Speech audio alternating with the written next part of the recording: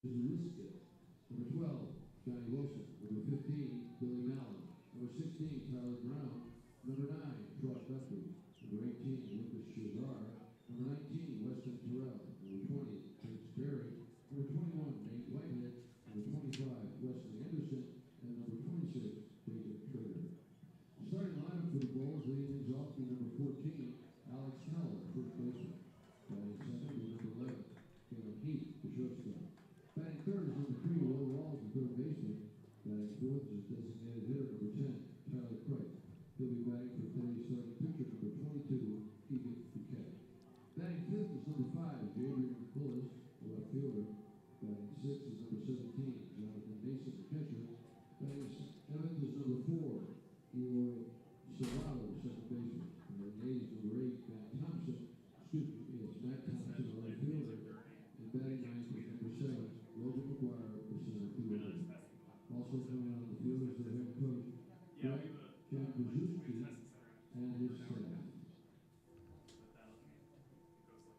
Now coming out of the field for the Jesuit Tigers are their non-starters. They are number 1, Dean Squirrel. Number 5, Justin Marshall. Number 11, Jackson Thomas. Number 13, Brody Smith. Number 19, Elon Duffy. Number 22, Ryan Thompson. Number 27, John Ernest. Number 29, Antonio Flosette. Number 33, Keaton Hyer. Number 34, Johnny Sosnowski. And number 35, Bryce Possessive. Starting lineup for the Tigers, leading things off with a center fielder, number 9, DJ Pirelli. Batting second is number 21, Kenan Burkrow, the right fielder. Batting third is the third baseman, number 10, Noah Sheffield. Batting cleanup is number 24, Vincent McCarroll, the catcher. Batting fifth is the left fielder, number 7, Jack Clark. Batting sixth is number 2, Jacob Lozano, the second baseman. Batting seventh is the designated hitter, number 6, Zane Pestalozzi. He'll be batting for the starting pitcher for the Tigers, number 4. To look at, period, but, comma, as you know, comma, it's no medical threat, period. It'll take a couple of weeks to go away, period. Nothing she really has to do about it, period. The assistant coaches are Roy Martinez, Tim Gall, Ryan Stanley, Mike Swenson, Andrew Gibson, and the head coach is Miguel Menendez.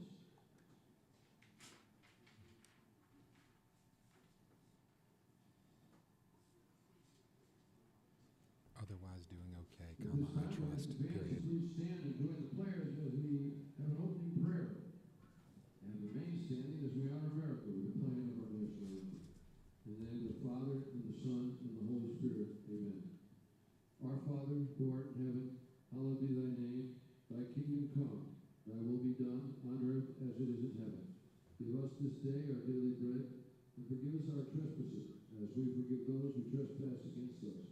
And lead us not into temptation, but deliver us from evil. Amen. Saint Ignatius of Loyola, pray for us. In the name of the Father, and the Son, and the Holy Spirit. Amen.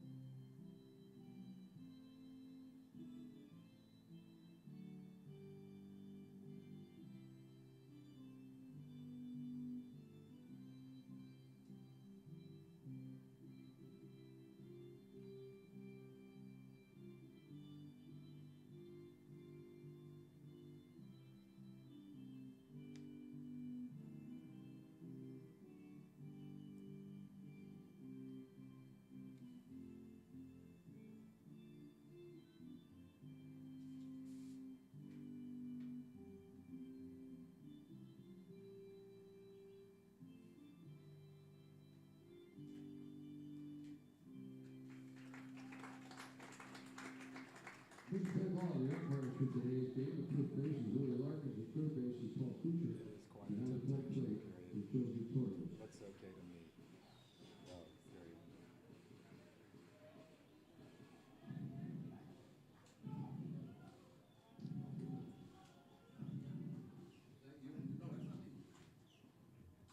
It's not me. You ready to go? You ready to go? You ready to go? No, he said don't do it.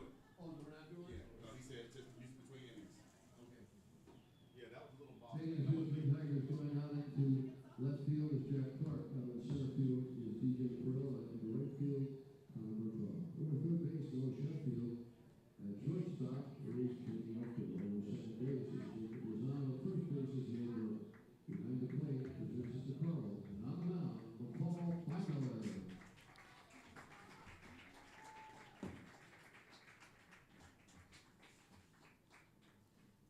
Welcome, live streamers, and oh, what a difference a day makes. It is a beautiful sunny sky overlooking Hyer Family Park for the district championship between the Jesuit Tigers, who will have McCall Bymiller, the future Florida Gator, on the mound, and the visiting Parrish Community Bulls. And they will send Keegan Duquette to the mound. But first, it'll be the visitors' turn to try their fortunes at hitting McCall Bymiller, which has been quite a chore lately for opponents. They will send up Alex Tallow, Callan Heath, Will Rawls, Tyler Kripe, Jabrian Quiles, Jonathan Mason, Eloy Serrata, Matthew Thompson, and Logan McGuire.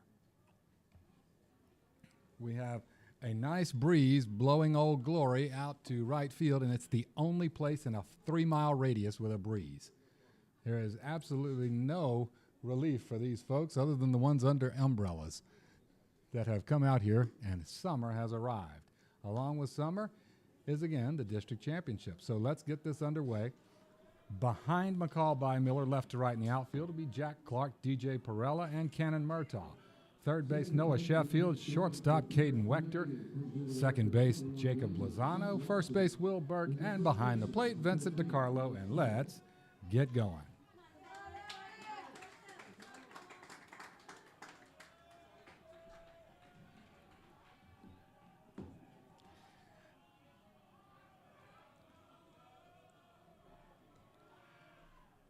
Bymiller. First pitch, down and in to Alex Tallow. And we're underway, and it's a 1-0 count for Tallow, the first baseman for the visiting Bulls. Bymiller misses outside. And McCall has just been razor sharp over his last few starts for sure. And the lefty bounces one in there, and Alex Tallow is in good shape here in this leadoff at bat with a 3-0 count against McCall Bymiller.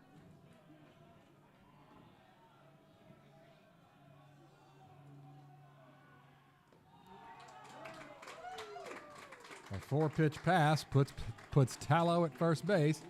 And when you're visiting Hyer Family Park, that's how you want to start it off. You want to get your first man on and bring up Callan Heath.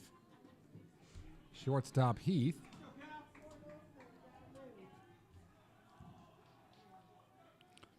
Headed to State College of Florida. He squares to bunt, does not offer, called strike one.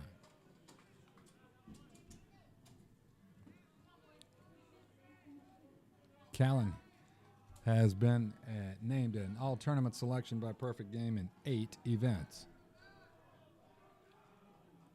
He squares, does not offer. That one gets by DeCarlo.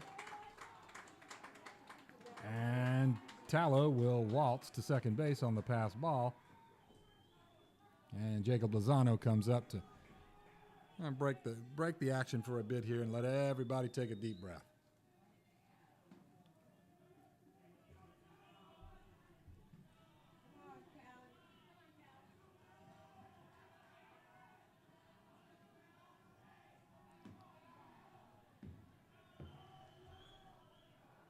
McCall kicks, fires, and Callan Heath squares, does not offer. And so now he has backed himself into a 1-2 count.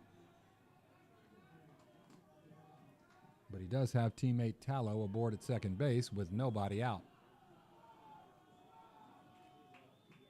And in the annals of small ball, that is step one.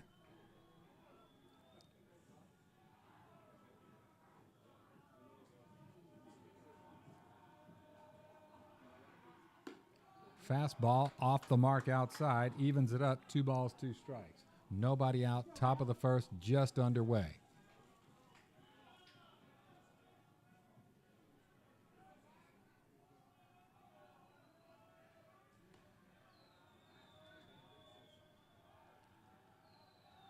Here comes the 2-2. That bounces in there, blocked by DiCarlo, filling up the count and leaving Tallow at second base. On deck is Will Rawls.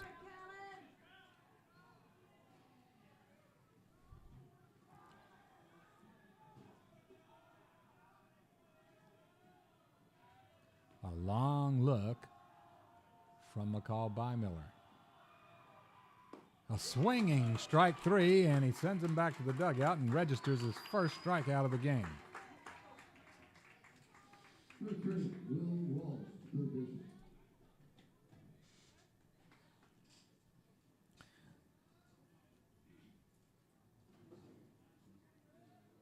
Three-hole hitter, third baseman, number 3, Will Rawls.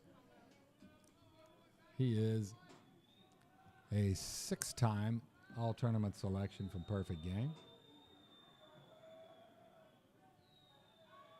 First pitch, too tall, ball 1.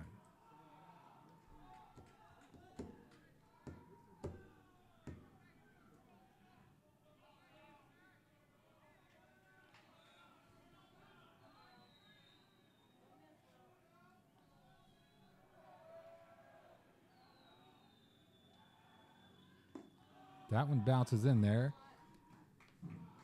It is blocked effectively by DiCarlo, again leaving Tallow at second base, but moving the count to 2-0. And again, in the annals of small ball, it is Rawls' job to get Tallow to third.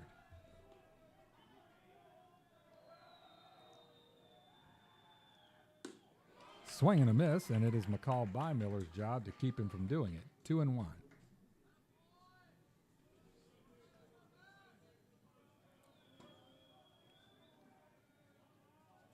A long look in again. He comes set up at the shoulders. One look back, kicks, fires, and that is hit straight up the middle. Is it going to get through? It does. Around third comes Tallow. Here comes the throw. It is not in time, and quickly Parrish Community has an RBI single and a 1-run lead.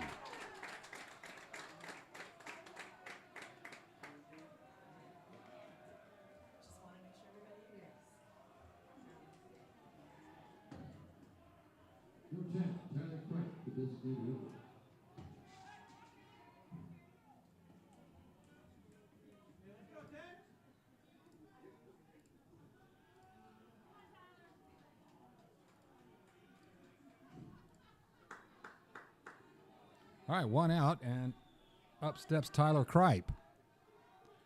He is going to be playing for Navy, and there goes the runner. The throw to third.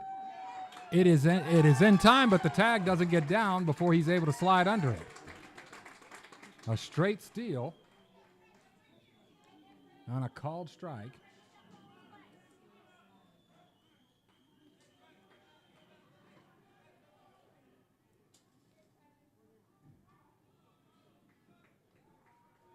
And DiCarlo's throw in time, but at the shoulders of Sheffield, and Rawls quickly slides under him, and he's safe at third with one out. Naval Academy awaits Tyler Kripe when he finishes up at Parrish Community. A 13-time Perfect Game all-tournament selection takes strike 2. An early 1-0 lead for Parrish Community.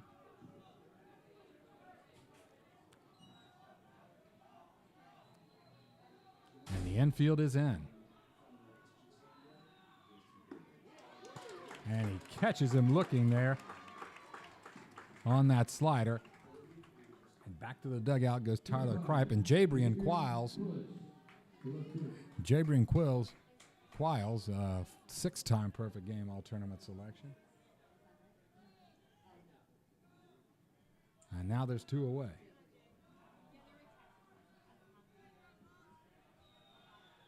This one's lefty on lefty, and McCall starts him off low and away, ball 1.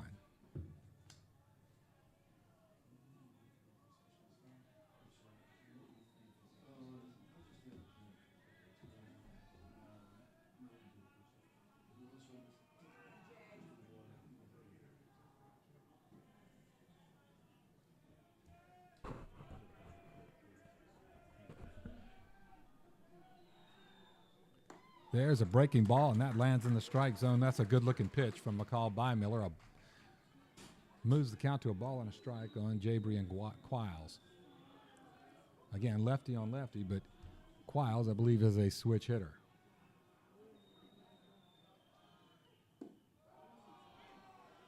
And sometimes the switch hitter actually likes to line up on the same side as the handedness of the pitcher.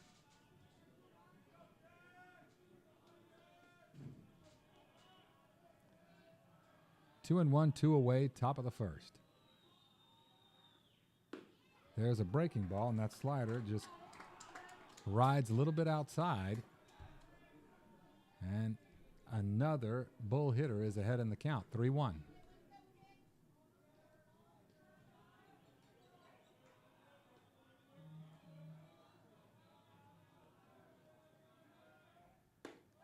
That's a fastball that's in tight. And that's going to be a free pass for Jabry and Quiles. And it'll bring up catcher Jonathan Mason. Jonathan Mason will join Jesuit center fielder DJ Perella at Florida Gulf Coast. Once he is finished, he is the number 22 catcher in Florida with 7-time all-tournament selection.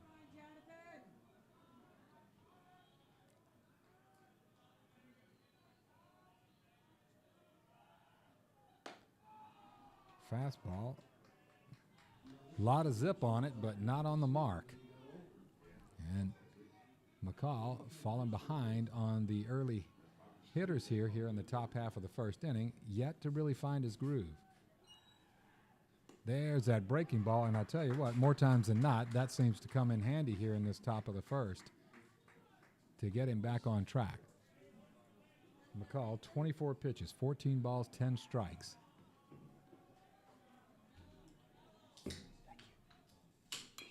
That one, another one, tapped foul, and it rides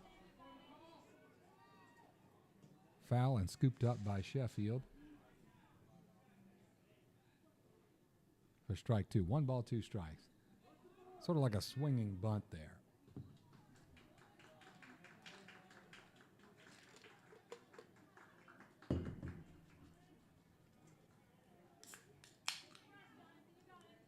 How hot are these umpires in those black outfits and those long pants? God, that's a fastball. It's up high, and the runner's going to come home. The throw in time, but he slides under it as well. And on the wild pitch, or on a pass ball, sorry.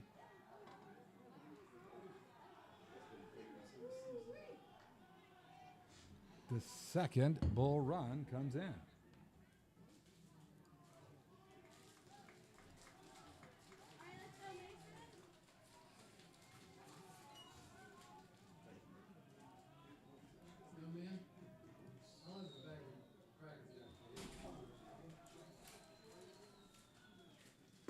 There is that sharp biting slider that gets him swinging for the third strikeout, but not before 2 runs are scored. In the top half of the first inning of this district final, it is the visiting Parrish Community Bulls. 2 runs, 1 hit, no error.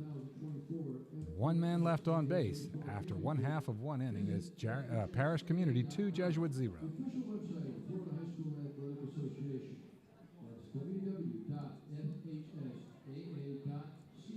Catch live and on demand posters and coverage of Florida high school sports at www.nfhsnetwork.com. Brought to you by the NFHS Network, the official online partner of the FHSAA.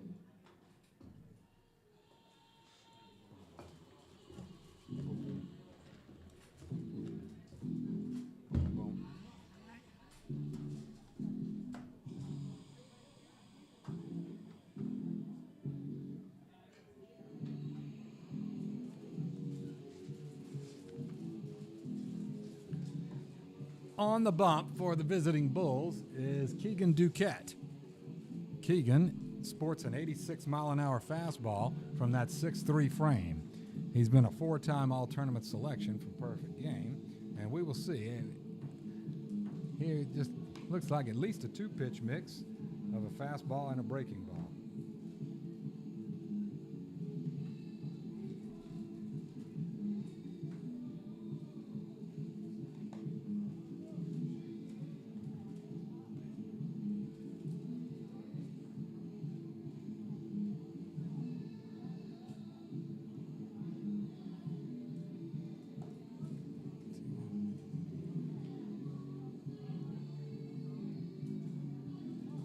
All right, leading things off is going to be DJ Perella, followed by Cannon Murtaugh, Noah Sheffield, Vincent DiCarlo, Jack Clark, Jacob Lozano, Zane Pestalozzi, Will Burke, and Caden Wechter. Perella comes up 91 plate appearances. He's got a .350 average. His OPS is .941, 28 hits, 18 singles, 7 doubles, 2 triples, a home run, 14 RBIs, and of course, those 13 stolen bases.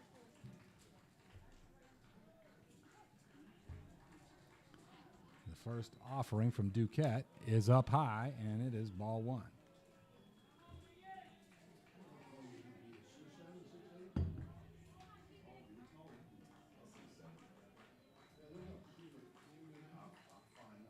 That is hit hard, but right at shortstop Callan Heath, who scoops it up and fires it across for out number 1.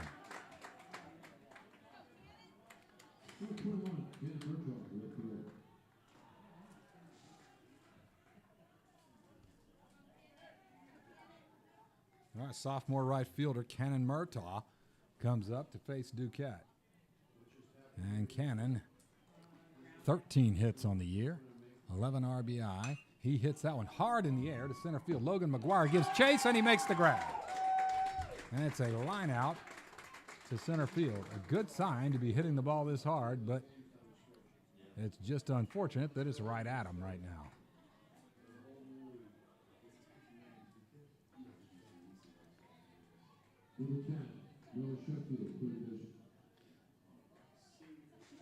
Senior Noah Sheffield, future Florida State Seminole,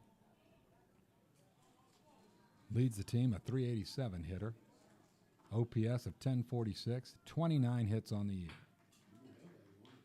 25 RBIs. He's hit 3 home runs, and Noah's had quite a senior campaign. That one hit hard off the ankle of Duquette up into the air, and nobody's going to get to first base, get the ball to first base in time to get Sheffield, and that's going to be a base hit.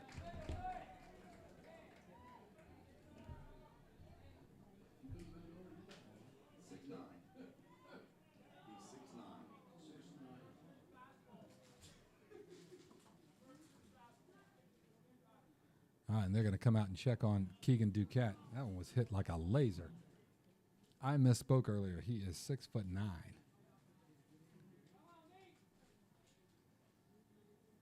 He'll get a visit from the trainer. Looks like he's okay. I certainly hope so. It looks like it caught his right ankle is what it looked like from here. Also a basketball player for the Bulls. Judging by that, it looks like he can put weight on it just fine.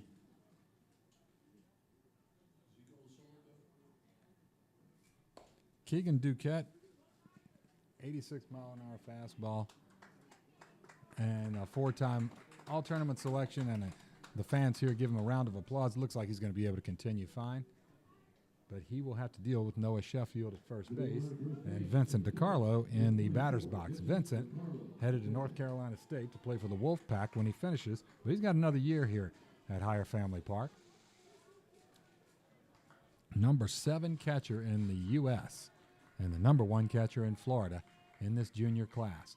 First pitch is a breaking ball that finds the mark. Strike 1. Duquette's a good-looking pitcher out there.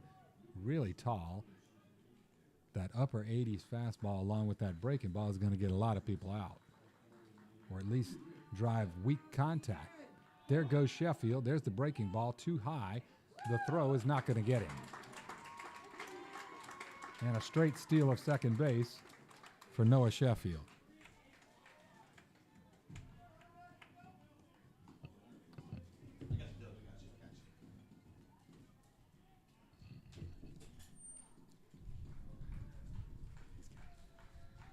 It's cooler in here, huh? All right. Duquette fires that one. A tailing fastball inside on the handle that is fouled away by DiCarlo. A nice looking pitch. Kind of over the top arm slot there. Moves the count to 1-2. 2 out, bottom of the first. The top of the first was kind to the visiting Parrish Community Bulls as they were able to get 2 runs across the plate and sport an early lead. That one is blocked, and it looked like Sheffield was going to break for third, and an on-the-money throw as he tries to get back to second base gets him. Very well played by Parrish Community.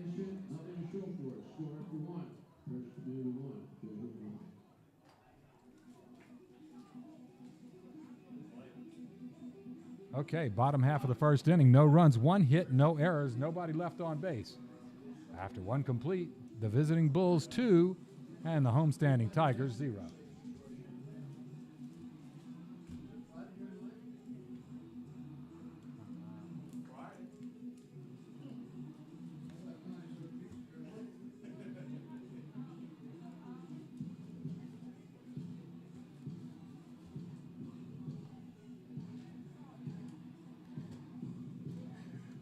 Miller, 27 pitches in the top half of the first inning. That's certainly one of those that that's a half inning I think McCall would like to have back, but got to charge ahead here. Only gave up 1 hit, but enough went on to get 2 runs across for the Bulls. McCall will now face 7, 8, and 9. That's Eloy Serrata, Matthew Thompson, and Logan McGuire. And then he'll go back to the top of the order with Alex Tallow.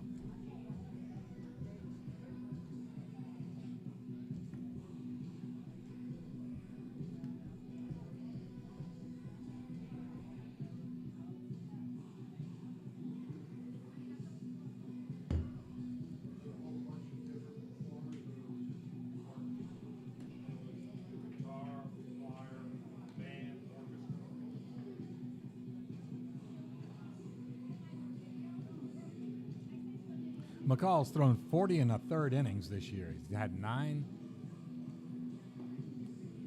appearances, 5-1 record, given up 16 hits, an ERA of 1.215. He struck out 77 batters against 27 walks. So Parrish Community, while it's only 1 inning, they can pat themselves on the back that they have come out here against the future Florida Gator and plated 2 runs to put Jesuit on its heels to start this one out. All right, Eloy Serrata, the second baseman, comes up. It'll be lefty on righty. Hey, and the umpire looks up. And he says, Father Hermes was distracting our DJ. And the umpire says, can we have some peace and quiet around this place?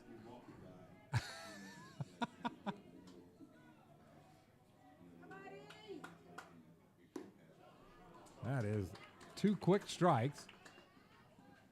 And it looks like McCall has come out for this top half of the second inning. Razor sharp, but that is a line drive. Base hit into left center field. It is knocked down by Jack Clark, but stretching it to a double is Eloy Serrata. He turns on the Jets, and it turns into a double.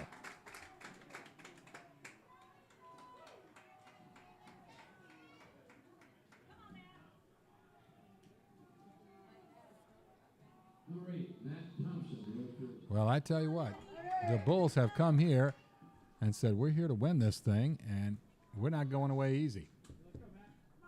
That is a solid base hit that many a player would just casually round first base, pat themselves on the back, and wait for the next thing to happen. But not Eloy Serrata. He turned that one into a double with a head-first slide, a la Pete Rose, down and dusty ball 1. That brings up Matthew Thompson.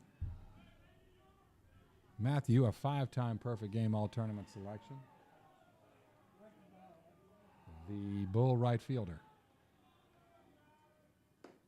a swing and a miss as he takes a mighty but empty hack. And Parish community making all kinds of racket over there. They brought a lot of spirit with them today. They didn't bring much of a breeze, much to the fans' dismay here on Hyer Family Park. Foul ball back into the netting.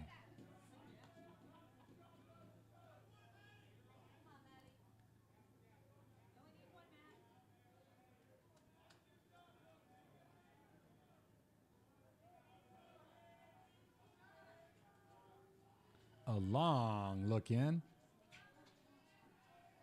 Too long for Matt Thompson. That is the Parrish community version of Matt Thompson, not the Jesuit football coach. And he comes set at the shoulders, 1 and 2. He kicks, fires, and that was a half-hearted swing, but enough of one to get the swinging strikeout. Up at the eyes, tough to hold back on that. Okay, number 9 hole hitter, the center fielder, Logan McGuire, comes up. Logan, a 2-time all-tournament selection.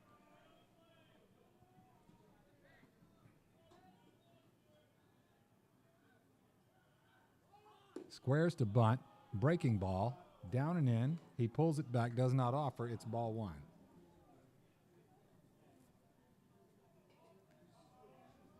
Seeing Serrata's speed, I wonder with a right-handed batter if they'll try just straight steal as they did in the first inning. He squares, taps it, but it goes foul. He gets a big frown from his third base coach, but it's only strike 1. He can try it again.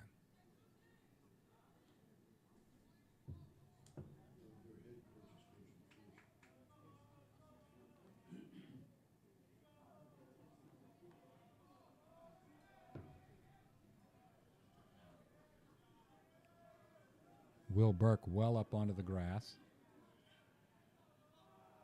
And after a long stare into DiCarlo, Logan McGuire tightened up a little bit and needed to step out and reset. He does so.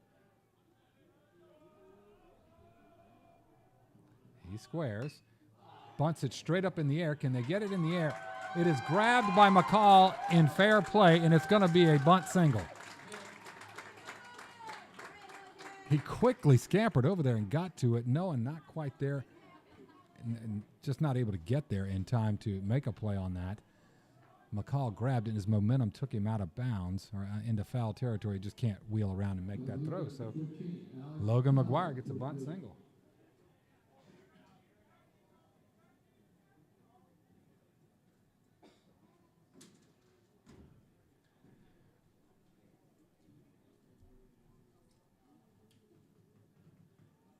And Coach Menendez heads out just to talk to his crew and get everybody to settle down.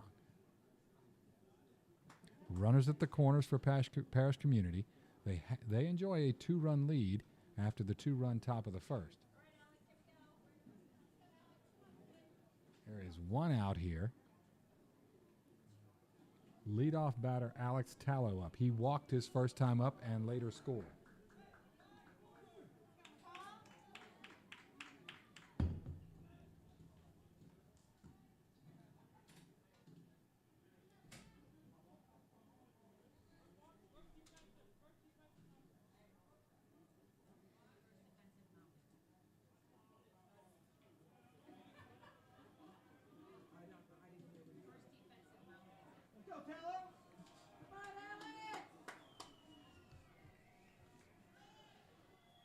Tallow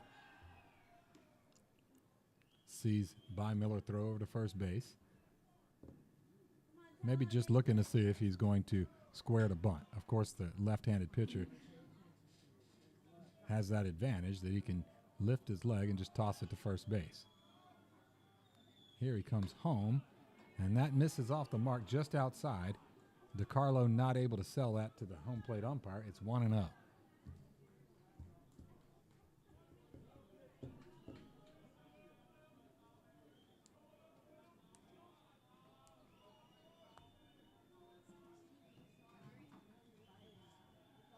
There goes the runner at second base. The throw gets by Wechter. In comes Serrata, and the stolen base.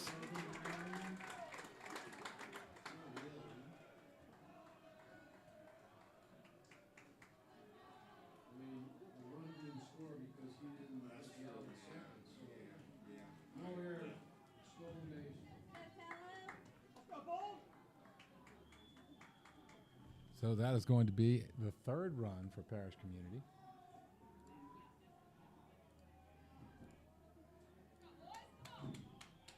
Basically a pair of stolen bases.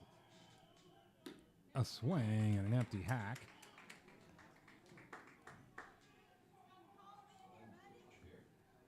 One out, top of the second, 3-0 Parrish Community. Alex Tallow, the leadoff hitter who walked his first time up, now has a 1-2 hole he is dug into against Bymiller. Bymiller, 40 pitches in. He's 22 strikes, 18 balls.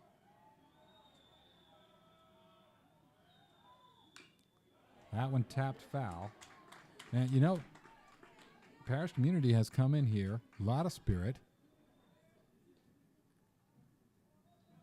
They're a talented team, and they're making Jesuit play defense. Making them make the pitches, make the throws, the catches.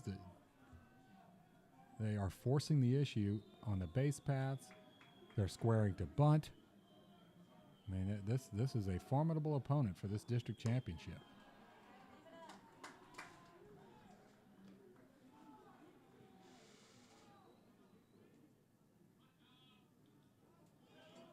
Two balls, two strikes. No doubt, if you can manage to beat this Bull team, you have earned it. They are making sure of that. A long look, and that one hit in the air to right center field. Cannon Murtaugh gives chase. It's going to land and roll onto the warning track to the wall. Comes up throwing. It brings Logan McGuire around from second base. And Alex Tallow with an RBI double.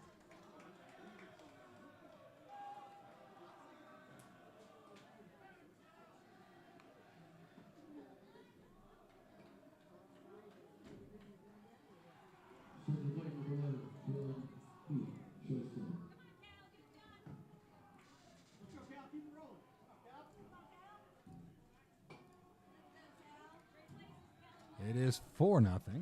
That brings up Callan Heath. Heath headed to State College of Florida, 8-time perfect game all-tournament selection. He squares to bunt, offers, and they've got him in a pickle here. To Sheffield at third, running Tallow back, and they tag him out. Nicely played.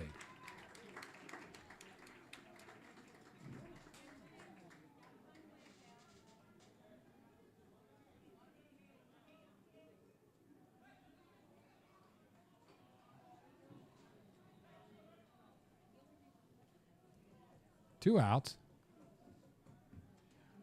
And that one too tall. A ball and a strike to Callan Heath.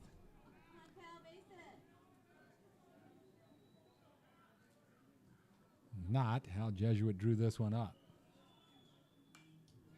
But this is where you got to think, if you're going to make a march to Fort Myers and try and see if you can win this 5A championship this year, these are the kind of games you run into at this point.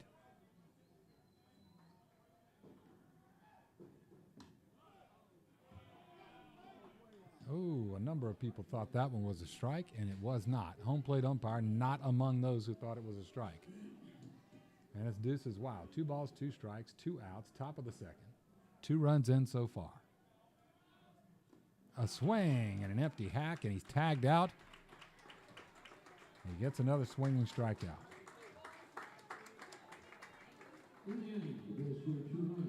Okay, Parrish Community 2 runs in the top half of the second inning. 3 hits, no errors, nobody left on base. After 1.5, it is Parrish Community 4, Jesuit 0.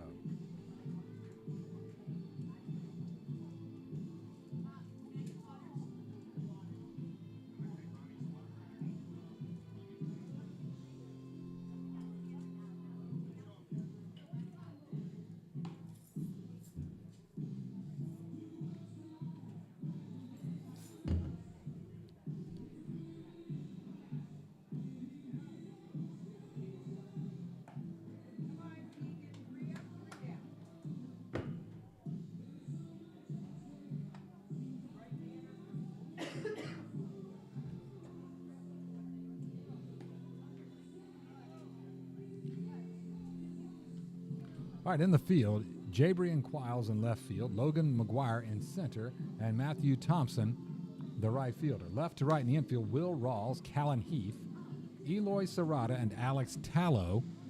And behind the plate is Jonathan Mason. Keegan Duquette in the top half of the bottom half of the first inning threw only 8 pitches. 3 balls, 5 strikes. And he is quite a tall young man. He looks like he's about 6'8", 6'9".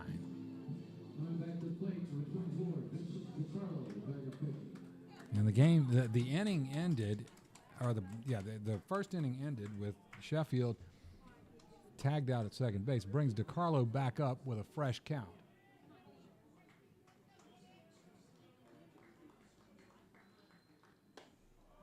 Inside, ball 1, a little too tight.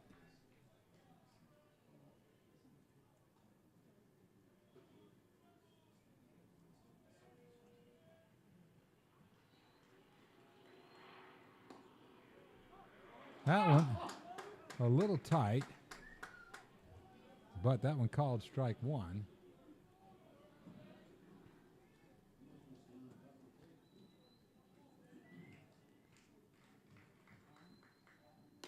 Breaking ball off the mark outside. 2 wide, 2 balls and a strike.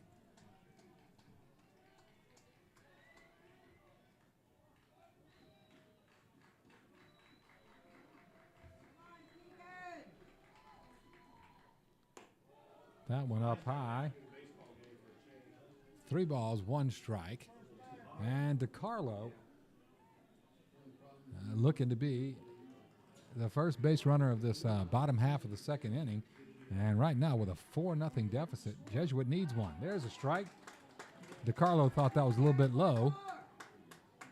Home plate umpire again disagrees. It's now a full count. They're playing DiCarlo straight away. Actually, even Callan Heath, the shortstop, is on the grass of left field. That one hit hard in the 5-6 hole, and that's a single. And DiCarlo starts things off the way Jesuit needs them started off, and that's with a base runner. And he will be relieved of his running responsibility so he can go get his equipment on. And who's going to come in and run for him? Is that Jackson Thomas? Jackson Thomas. Jackson Thomas running for the catcher. At the plate is number 7, Jack Clark, the left fielder. All right, Jackson Thomas going to do the running for Vincent DiCarlo. Jack Clark, the left fielder. Jack headed to High Point University up in the Piedmont Triad of North Carolina.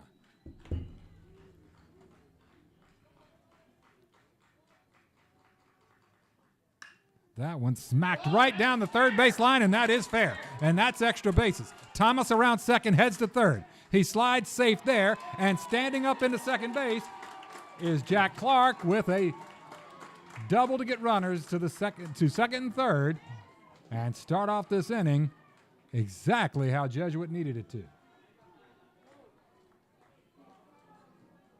Number 2, Jacob Lozano, the second baseman.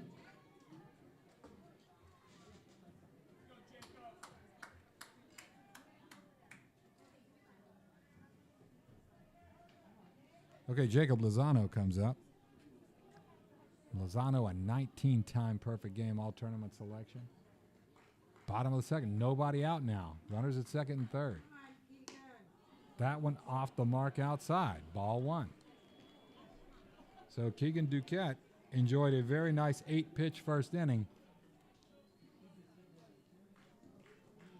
Comes out for the second inning, and it is the polar opposite of that. That's a breaking ball that is too tall. 2-0.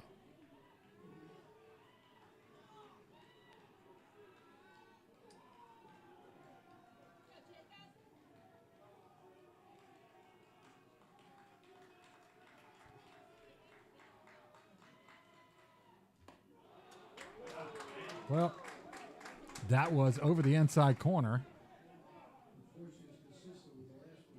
It's 2 balls and a strike. So it's the consensus up here in the press box that ball's inside, but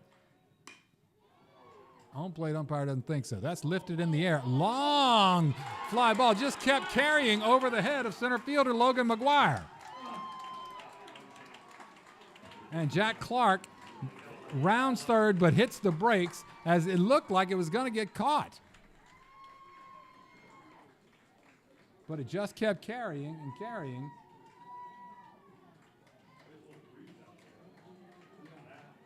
Thomas scores. But that's it.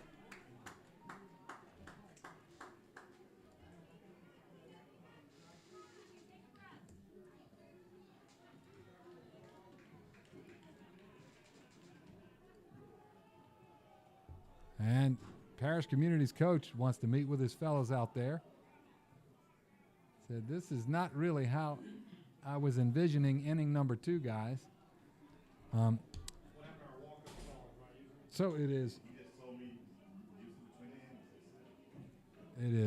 4 runs for Parish Community, 1 for Jesuit. In this inning, 1 run in already. Now Zane Pestalozzi comes up. Zane going to attend Campbell University. Has certainly left the yard several times this year, and he is the designated hitter for this game. He has a fantastic opportunity, Zane does. Here in the bottom of the second.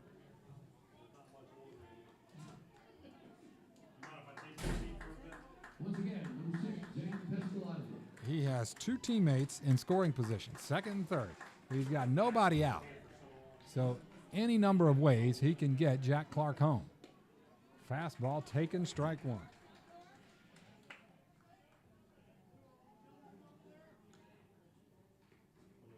Zane with 3 home runs so far this year, 14 hits total. That is a breaking ball. That one a little inside.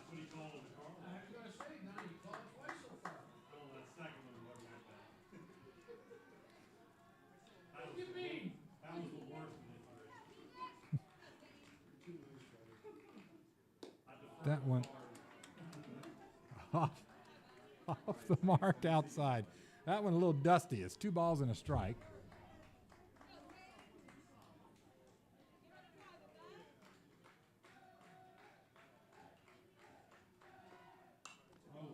That one swung on and fouled straight back.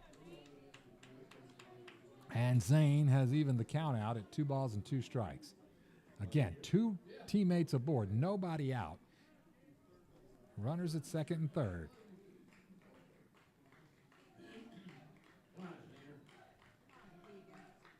Here comes Duquette. He fires it upstairs for ball 3.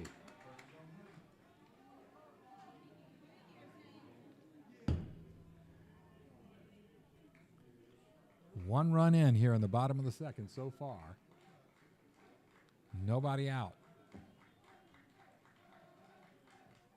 Breaking ball called, strike 3. That was a nice pitch from Keegan Duquette. In that spot to come up with a breaking ball that lands for a strike. Well done, Keegan Duquette. That's going to bring up Will Burke, the first baseman. Will going to attend Florida Southern. When he finishes up here at Jesuit. A halfway swing, and he went all the way. Just has to be 51% swing, doesn't it? And so 0-1. Even a bouncing ball. There's that same breaking ball that he has a nice groove. He really has a good feel for that breaking ball this inning. And for Jesuit, he picked a bad time to come up with those breaking ball strikes as they want to get these 2 runs in. He gets a swinging strike 3. That one a tailing fastball down and in. And you got to tip your hat to Keegan Duquette. He had runners at second and third with nobody out. And he's come up with 2 huge strikeouts. He's going to bring up sophomore shortstop Caden Wechter. And again, a wonderful opportunity for Caden Wechter.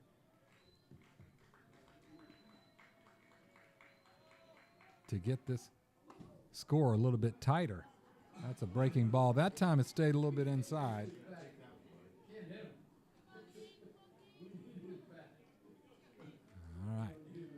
Wechter stands in. It's righty on righty. They're playing him straight up. He swings a mighty but an empty hack. Did not get cheated on that one. Caden took a nice hack at it. But it was a breezy hack. That one's that fastball that tails into that inside corner. And I tell you what, Keegan Duquette likes it, and so does the home plate umpire. So you got to think he's going to keep coming back to that, and he's mixing in that breaking ball now. There's that breaking ball, but it doesn't do much breaking, and it sails a little bit high.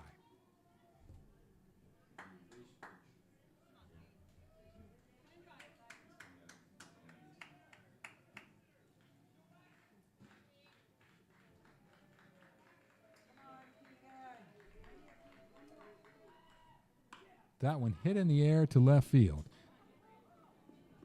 Quiles over, stands under it, makes the grab, and they get out of that inning. And I tell you what, one run came across, but it could have been a whole lot worse. Well done, Keegan Duquette.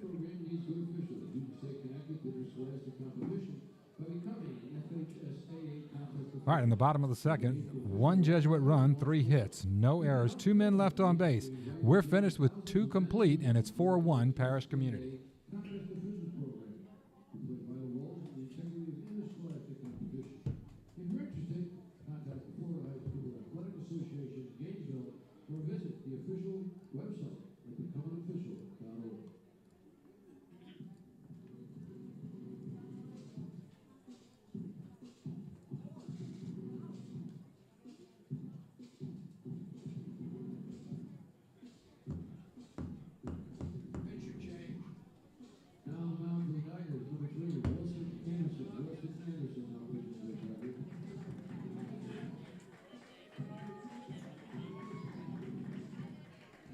All right, McCall Bymiller is going to check out. He had thrown 48 pitches. He's going to give way to sophomore Wilson Anderson.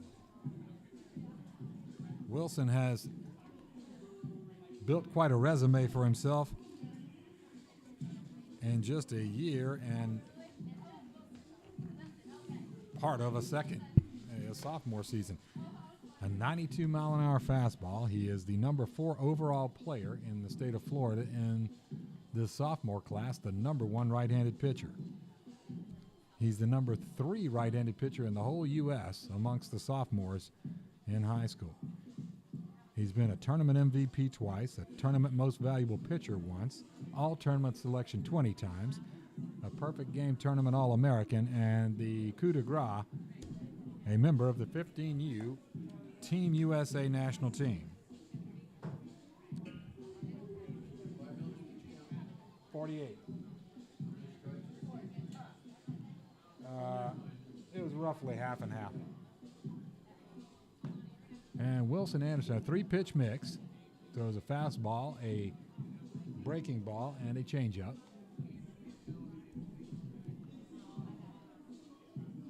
Behind him, he will have the same lineup that has been in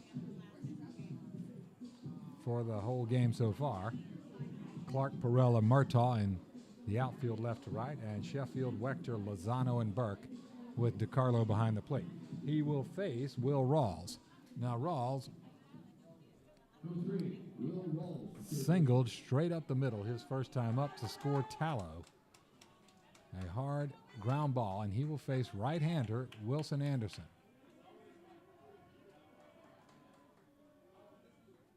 That one hit high in the air to right field.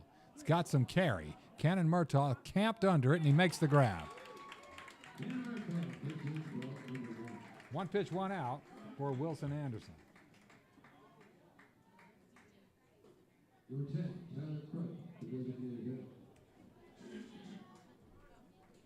All right, Tyler Kripe comes up. He struck out looking his first time up, and this will be righty on lefty. Tyler watches strike 1.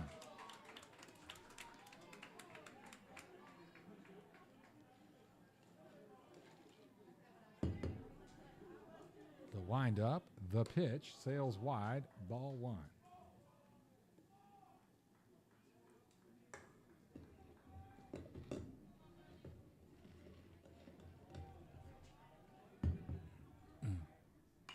That one sliced foul, and that one is wet. He sliced it over the Jesuit dugout, and that's in the drink over there. A ball and 2 strikes, 1 out. We are now in the top half of the third for Parrish Community, who has a 4-1 lead. A swinging strikeout, and Wilson Anderson gets things started off right with 2 quick outs. Brings up Jabrian Quiles. Now, he is the left fielder who walked his first time up. Anderson down and in, ball 1.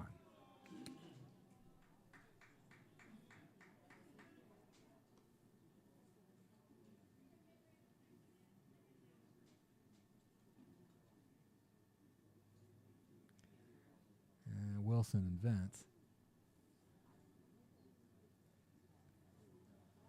need to get a couple of things ironed out.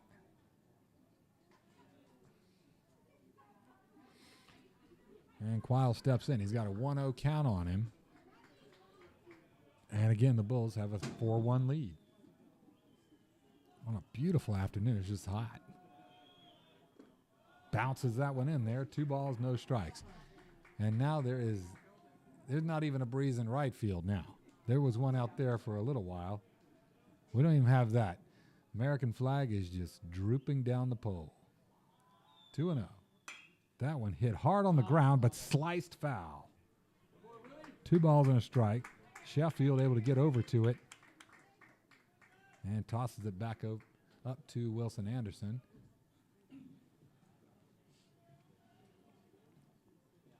And the sophomore spent part of the year injured, but back and slinging it now.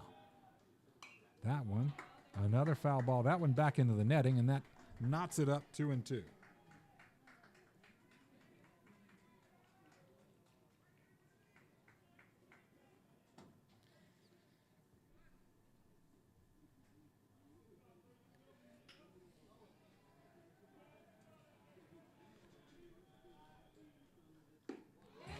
Swinging strike 3, and Wilson Anderson came in, and he got it done that inning. 3 up and 3 down for the Bulls, and after 2.5, it is 4-1 Parrish Community.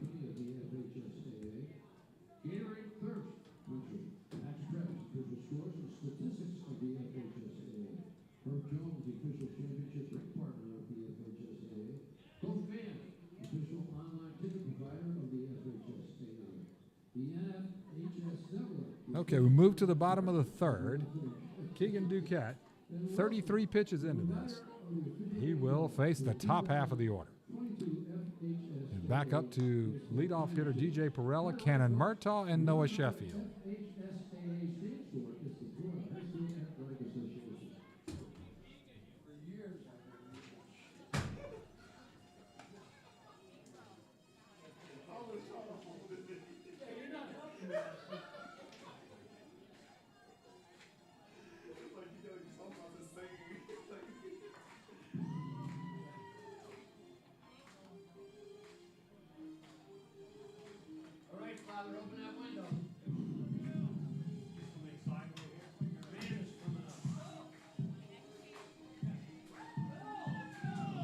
All right, folks, we get to get a little air circulating up here in the press box, and we're all wondering how many times is Mike Letting going to say FHSAA during the course of this game tonight. He has all these announcements he has to read now that it's the postseason,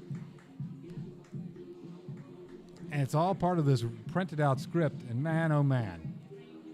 After he finishes each little blurb, he sets that thing down and reclines in his chair and says, geez, how many times do I have to do that? All right, DJ Perella comes up. DJ urged on by Jesuit President Father Hermes up here. DJ watches ball 1, a bender that ends up a little dusty.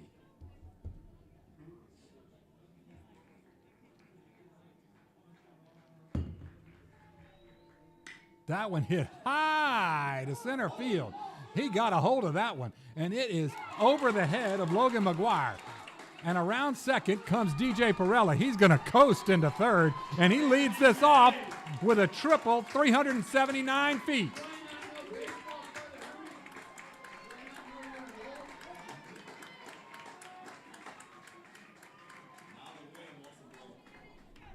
I mean, that one went 379 and a half feet to straight center field, and it puts the speedy DJ Perella at third base to start off the bottom half of the third. Cannon Murtaugh comes up. He lined out to center fielder as well. Ball one. He lined out to center fielder Logan McGuire. Logan McGuire just on his horses there to go get that one. He has been as busy as a rat in a Cheeto factory early on here. Murtaugh, 1 ball, no strikes. That one hit straight up the middle. And an RBI single for Cannon Murtaugh plates Perella and keeps McGuire busy out in center field.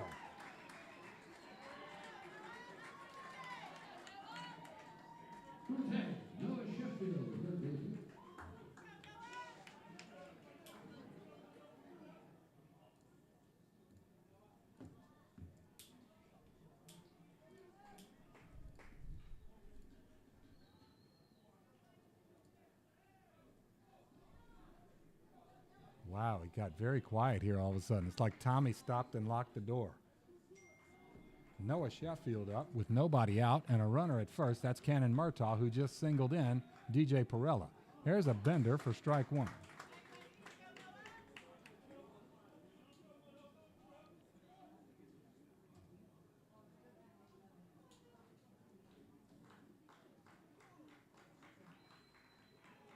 Sheffield singled his first time up. He hit that hot shot off Duquette's ankle. So he is 1 for 1 at this point. That one hit hard down the left field line. That's going to be extra bases. Murtaugh comes coasting into third base, as does Sheffield into second, and we have another double.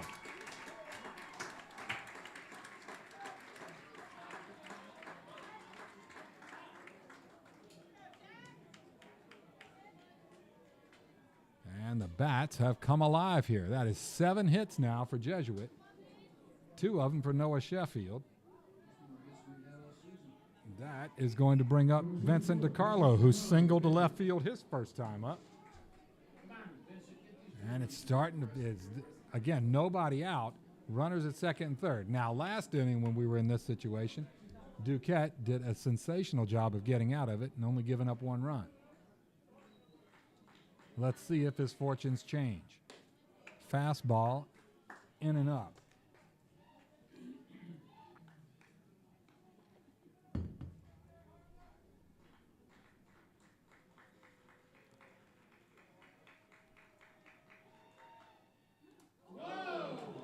That one hits DiCarlo and loads the bases. Now I'm guessing Jackson Thomas is going to come in for him and run. Yep, here comes Jackson, and there goes DiCarlo, and up steps Jack Clark. But we're going to get, I believe we're going to get a new pitcher. At this point, Duquette's thrown 41 pitchers. He's thrown 41 pitches, 24 strikes, 17 balls. Yep, they are going to replace Keegan Duquette, and in to relieve him is number 26. And Jacob Traeger, the right-hander, is going to come in. Jacob headed to Averett University. He's a 6-time all-tournament selection.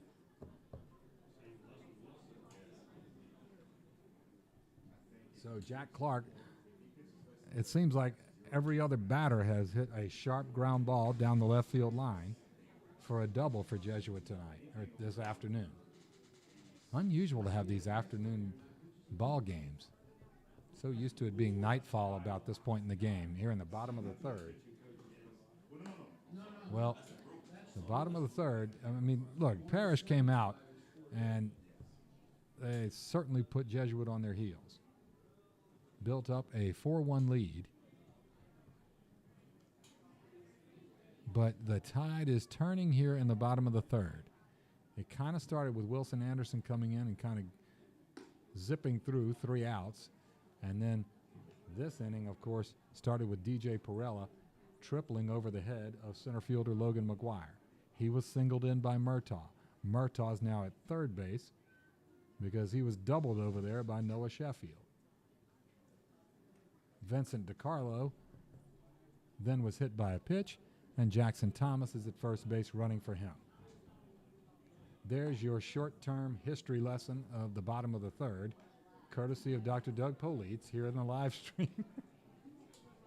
I'm just here entertaining myself, folks. I'm glad you can eavesdrop. All right, Jack Clark up. He's 1 for 1 with a double. Number 7, Jack Clark, the 1-2.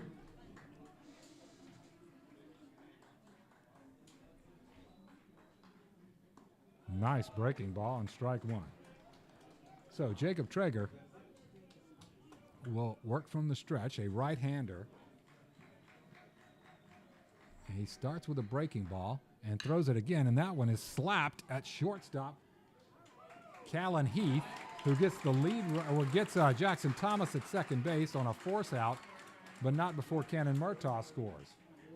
So on a fielder's choice, he gets an RBI. Nicely done.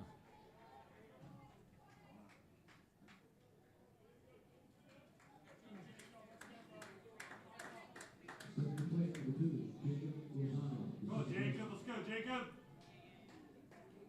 Okay. Here, Jacob. 1 out, Jacob Lozano up.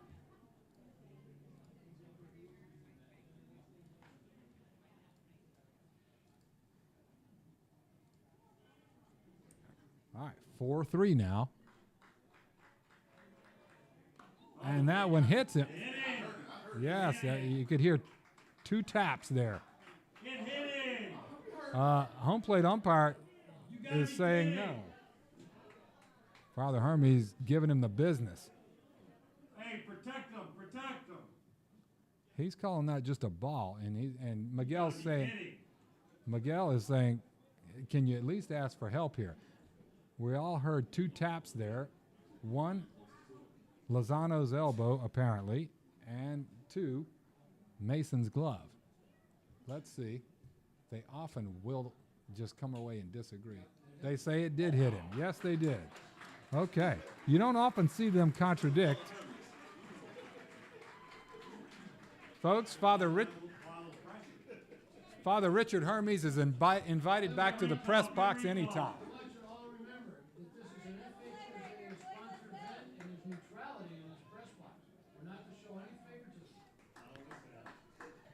Well, Father Hermes is invited back anytime he likes, as he has made his feelings known. That is a breaking ball that is fouled, tapped, kind of got right off the end of the bat there for Zane. Pestalozzi up, 0-1. He was called out on strikes his first time up.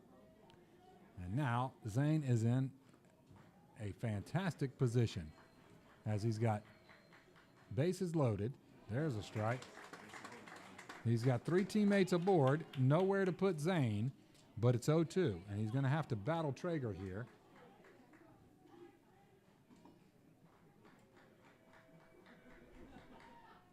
That one fouls it off. Nice job, Pestalozzi. It was a good pitch by Traeger, but a good job of staying alive by Pestalozzi. This is a good battle here.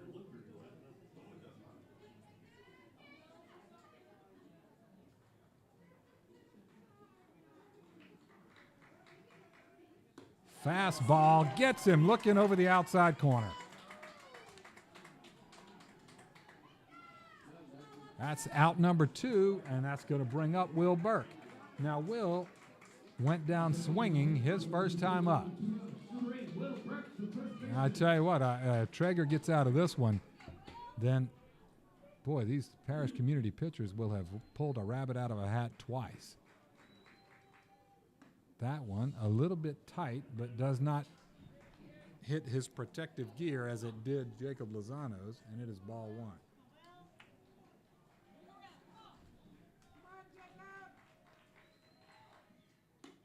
Breaking ball off the mark outside, not by much, but by enough. 2 balls, no strikes.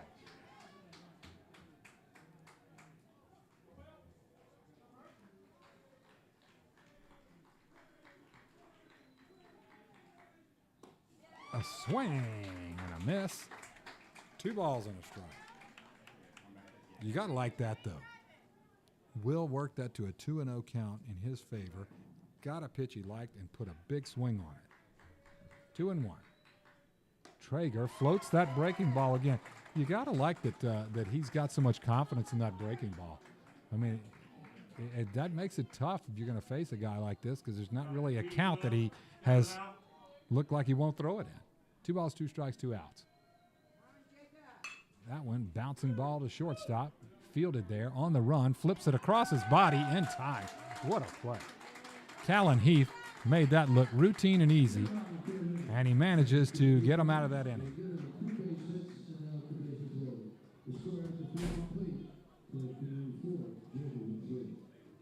Okay, bottom half of the third. 2 runs, 3 hits, no errors, 3 men left on base. We are finished with 3 complete. It's Parish Community 4, Jesuit 3.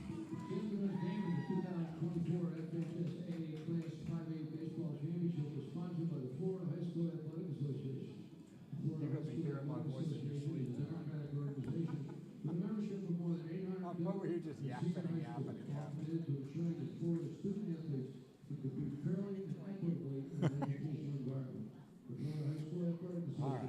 Wilson Anderson.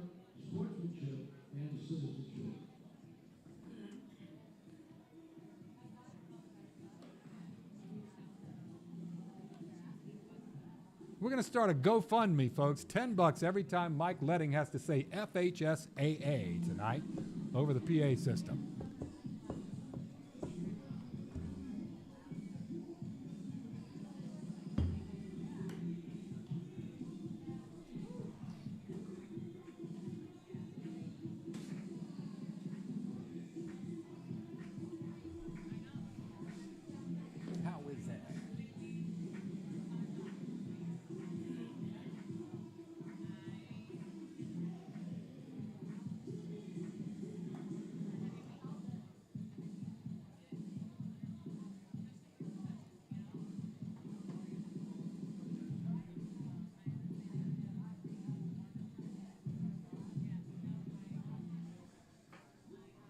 All right, Jonathan Mason comes up.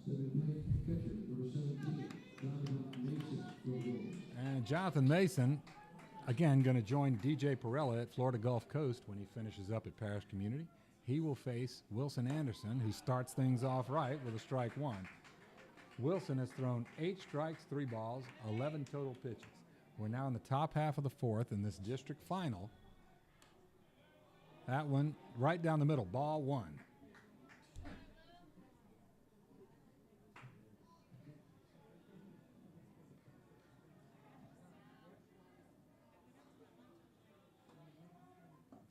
There, he twists one in there, but that one down in the dust. It's 2 balls and a strike. Wilson's been fastball heavy so far. Why not when you can throw it like that? And it's got zip, and it's got tail, and it's 92 miles an hour. You know, it's a pretty nice fallback pitch, especially for a sophomore in high school. That one put a little extra oomph on it.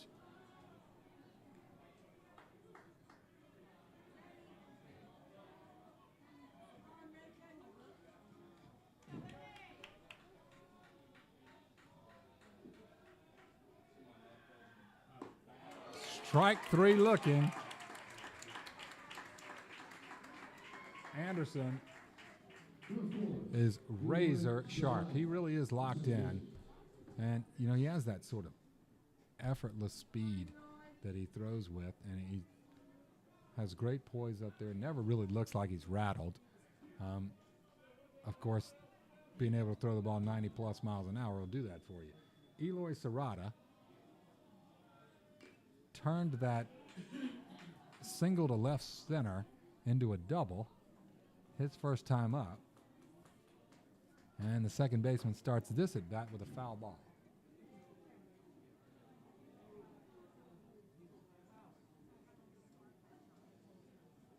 A new baseball out to number 3.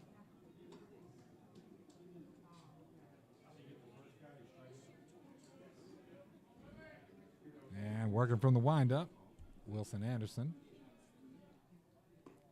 Fires it in there, but too low. We've got a ball and a strike and an out. And a 1-run deficit. That one chopped foul down the third base line. Louis Martinez runs in 3 more baseballs. Home plate umpire says, "Can you bring a glass of water next time?" In that black outfit with those long gray, charcoal gray pants. Goodness gracious alive. And a mask.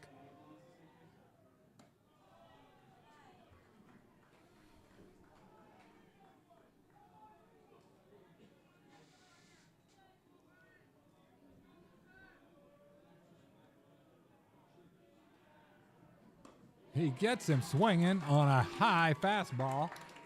High.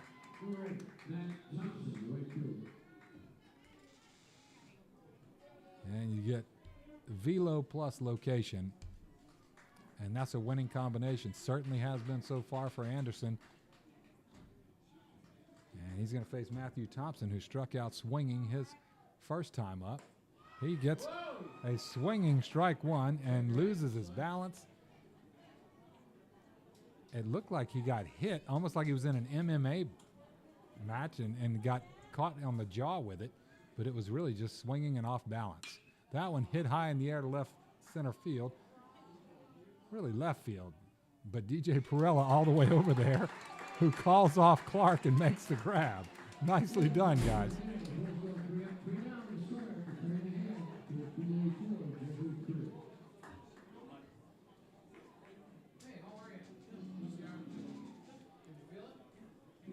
All right, top half of the 4th inning.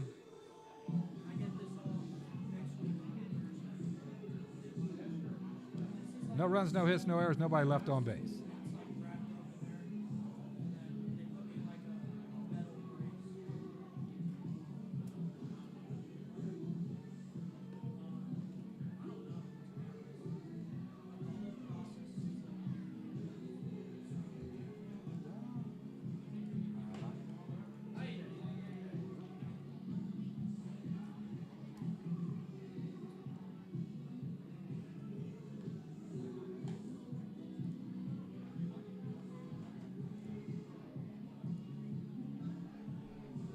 All right, we move to the bottom half of the 4th inning. Parrish Community 4, Jesuit 3. Caden Wechter, DJ Perella, Cannon Murtaugh. Due up for the Tigers.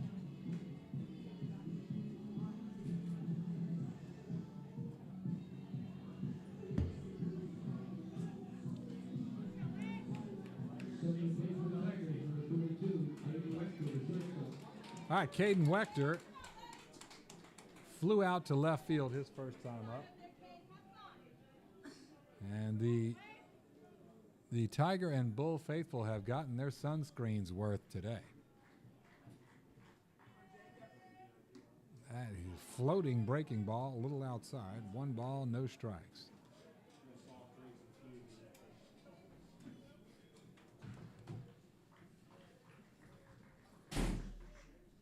That one hit in the air to center field.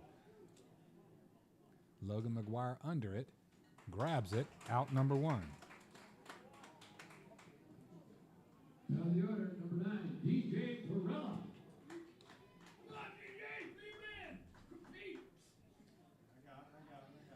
All right. DJ Perella comes up. He tripled to center field last time. He grounded out. Grounded out sharply to shortstop, but he grounded out to shortstop before Father Hermes got here. So does that really count? He tripled to center field once Father Hermes was here. That's a ball low.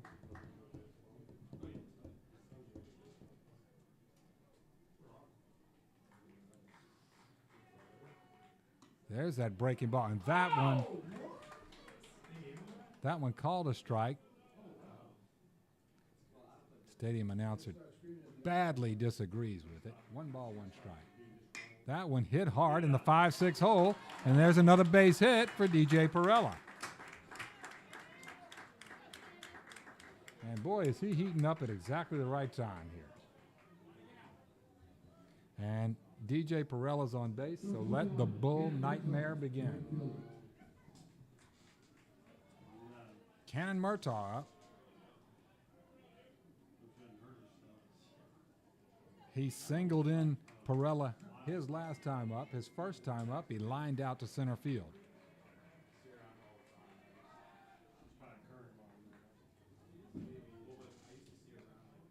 So Murtaugh 1 for 2 at this point. And Traeger is 17 pitches into it. I don't know. Oh, looks like maybe the rosin bag is kind of back behind him into the grass over there. I must say that's an attentive umpire over at first base. The throw over gets Perella to dive back. Does little more than just get his uniform a little dusty. He's got a 1 out, and Traeger, off goes DJ, ball outside, and he steals second base. As I said, let the nightmare begin. As a single from Perella is off and a double. All right, Murtaugh, he's there for you. The tying run is at second base, is but a single away. Outside, ball 2. So Murtaugh has competed his way to a 2-0 count. And the young sophomore now in the driver's seat here. And he hits that one high to left field. It's got some carry. It is caught at the warning track, and tagging up is DJ Perella, and he makes it to third. Very, very alertly and quickly gets to third base, 90 feet away from the tying run. Nicely hit by Murtaugh.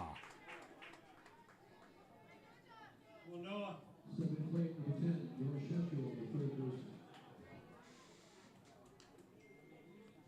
Boy, I think everybody here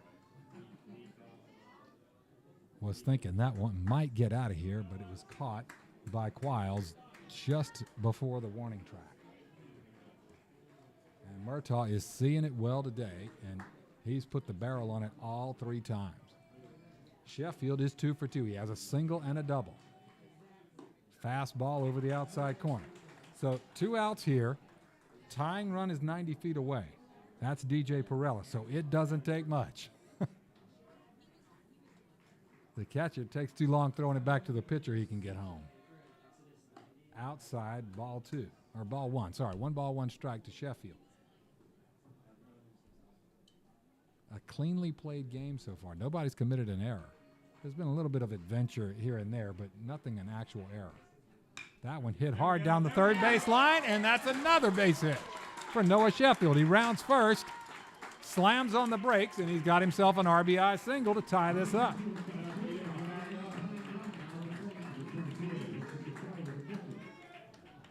Hey, DJ, that boy.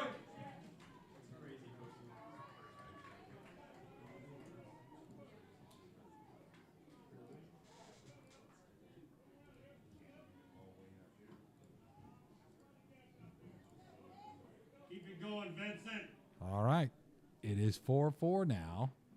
Jesuit has picked its way back to a tie ball game here. 2 outs, bottom of the 4th. Vincent DiCarlo up. And that is a curveball that is, that plate looked like it must be about 22 inches across now instead of 17.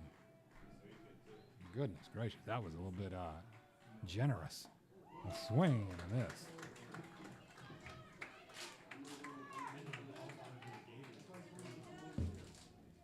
So DiCarlo has a single and was hit by pitch. My guess is Sheffield's going to take off here. No, he does not. That is a breaking ball. He leans out, gets the bat on it, but it's an easy pop-up to Tallow at first base to end the inning. I think he didn't want to have to get called out on that again. That was a little bit outside. I know he'd love to have that back.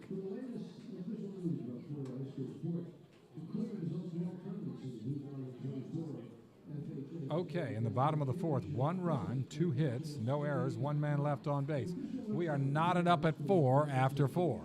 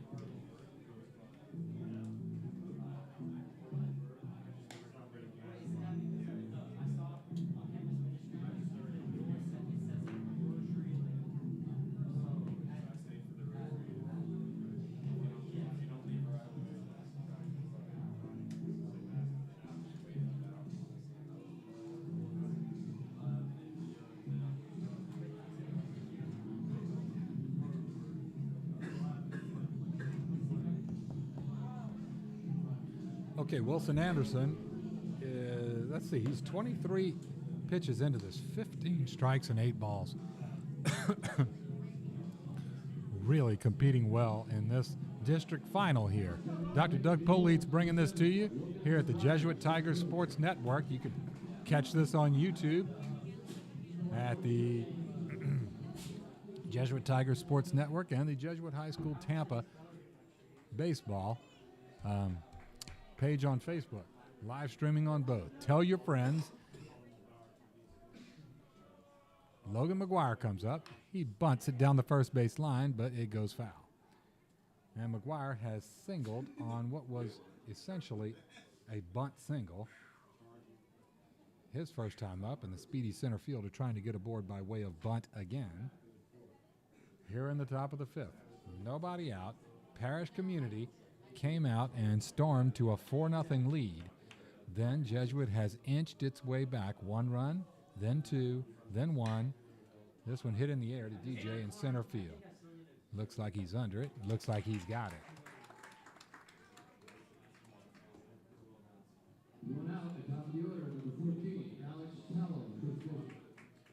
All right, for the 3rd time, Alex Tallow is going to come. He has walked. He has doubled to right center field. This is first baseman and leadoff hitter Alex Tallow. That one bounced in there, ball 1.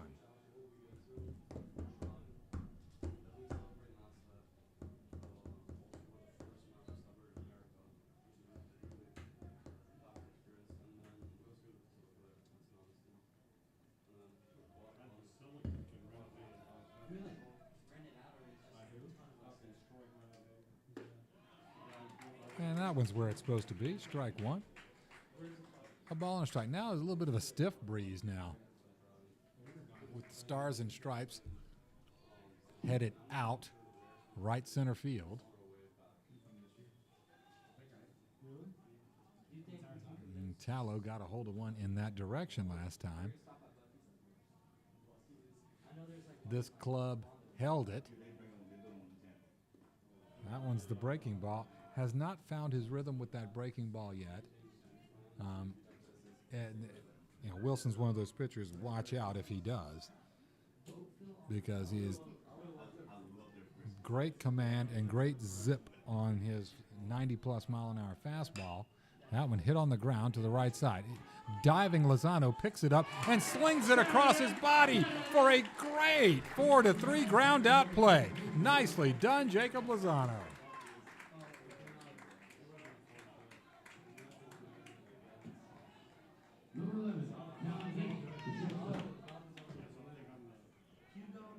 Well, if you're going to make a big run at it, you're going to have plays like that that go your way. You have that kind of defense behind you, good pitching, timely hitting.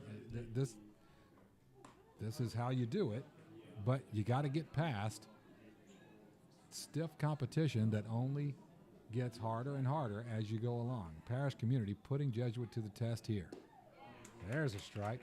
That was an excellent play by Jacob Lozano. He covered a lot of ground, then dove for it, came up with it cleanly, and then made the on-target throw. Really well done.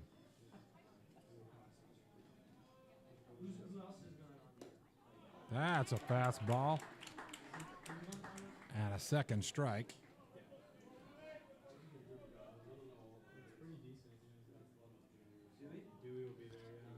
Wilson looking for strike 3 to end this inning. He does not get it there. That one is too tall, and it's deuces wild. 2 balls, 2 strikes, 2 outs. Shortstop Callan Heath up. He has struck out swinging twice so far.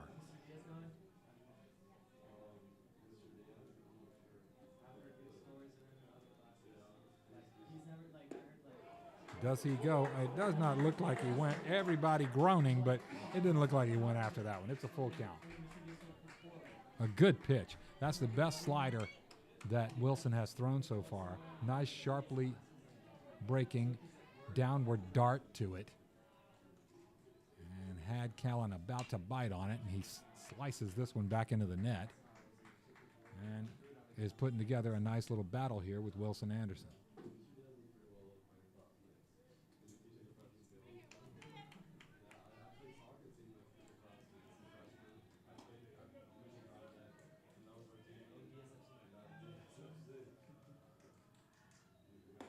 There's strike 3 on the inside corner. Called strike 3. And that has been there all night or all afternoon from this home plate umpire, particularly on those right-handers. If you can hit that inside corner, he likes it there.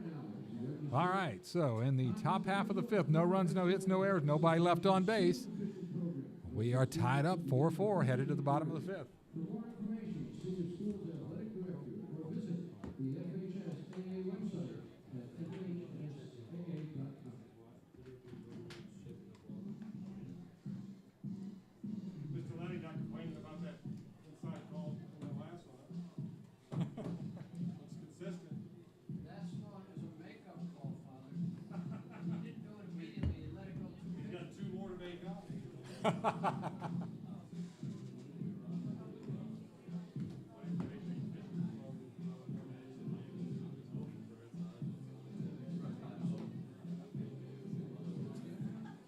All right, Jacob Traeger back out on the bump. For who? 36. Okay. Jack Clark comes up. He has doubled down the left field line, and he has hit what was basically an RBI fielder's choice to the shortstop. This is 3rd time up. Jack, again, headed to High Point University when he wraps up his studies here at Jesuit. Jack's put together a great senior season.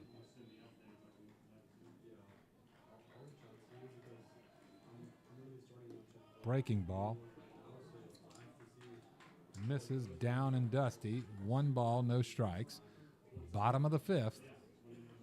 Tied up 4-4. That one hit in the air, sky high, over toward the second baseman, Eloy Serrata.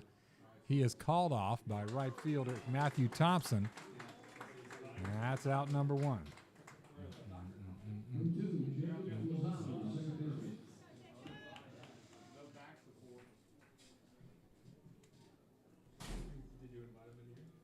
All right, 1 pitch, 1 out. And Jacob Lozano comes up after that great defensive play. He doubled to right center last time and was in his first at bat and was hit by pitch the last time up, and that one that was pretty close. I guess it was outside or low. I don't know. 1-0.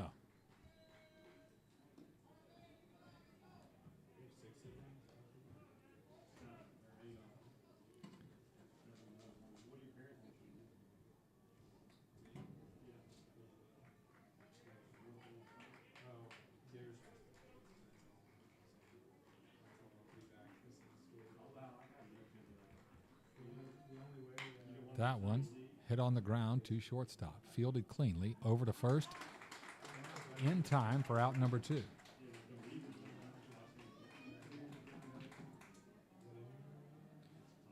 Callan Heath does a good job over there at shortstop.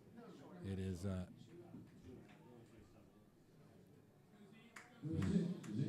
it just looks very routine. Even balls that aren't necessarily easy, he makes it look very routine over there. Really solid defensive player. All right, brings up Zane Pestalozzi. Zane hits it in the air to right field. Making his way over there and under it is Thompson. It's in his glove, and the third out goes to Pestalozzi. And that was too quick of an inning, I gotta say. If you're a Jesuit fan, that one went too quickly as the bottom of the 5th goes 1, 2, 3. No runs, no hits, no errors, nobody left on base. We are through 5, and it is 4-4. Parish Community and Jesuit district final.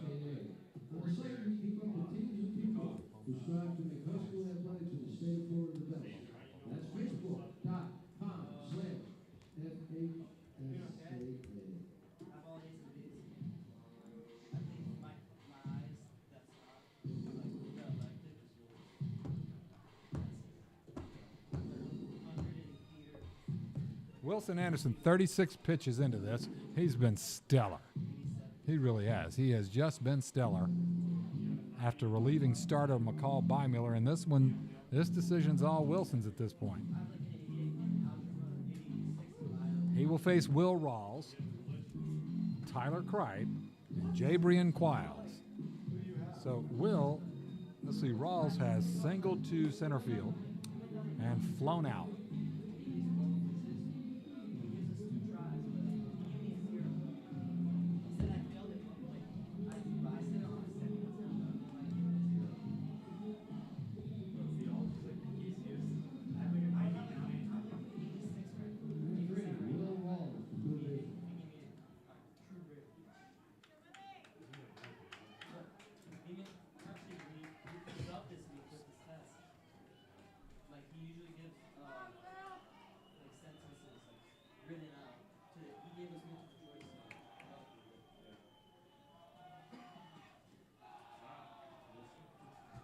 That one starts off with that breaking ball, and slider bounces its way in there. Again, so far, Anderson does not have that one. He doesn't have command of that one yet.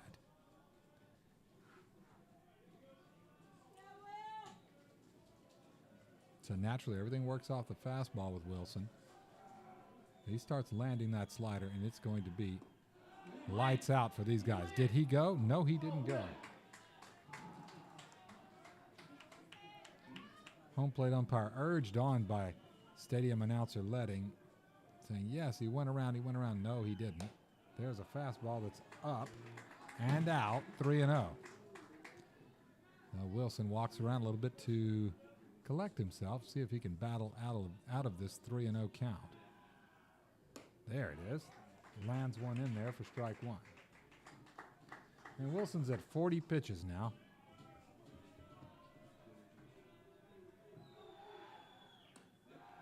Fastball inside, and he gets a free pass.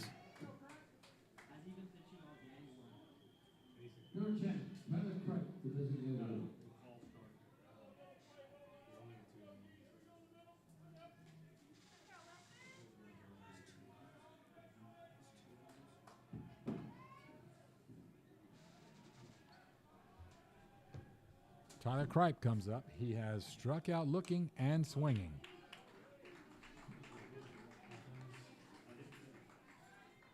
And Anderson at 42 pitches now.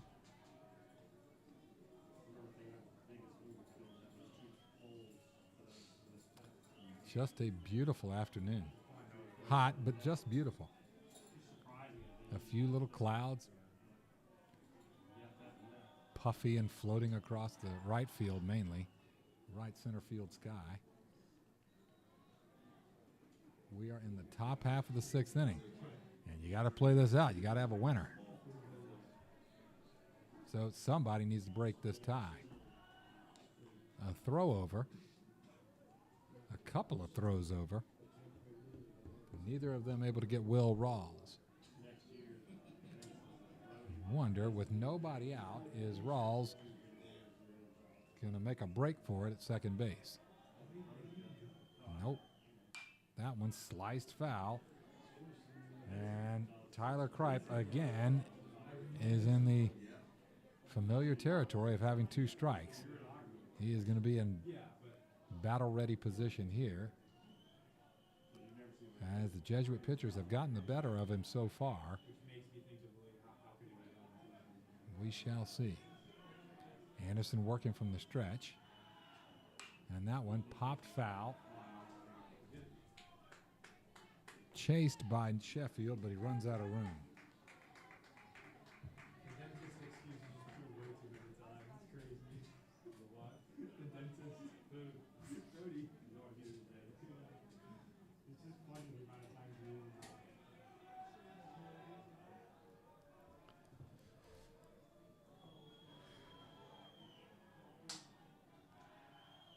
That one fouled back, and Tyler Kripe,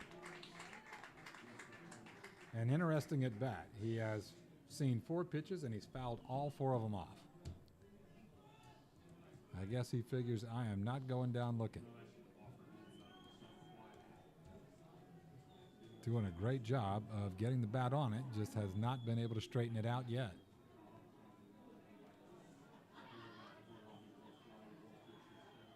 That one bounces in there and past DeCarlo, ball 1, and Rawls is going to be able to take second base on the wild pitch.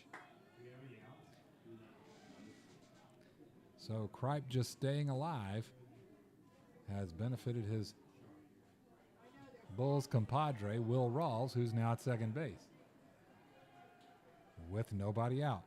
Home plate umpire says, what does he need? He needs a baseball? No, maybe there's an open gate down there.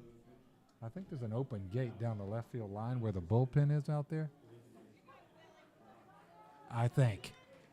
I'm guessing, but it's an educated guess. Another foul ball. And you know what? This is one of those where it's one of those where sometimes you hear those pitchers get interviewed and they say, you know what, where do you want me to throw it?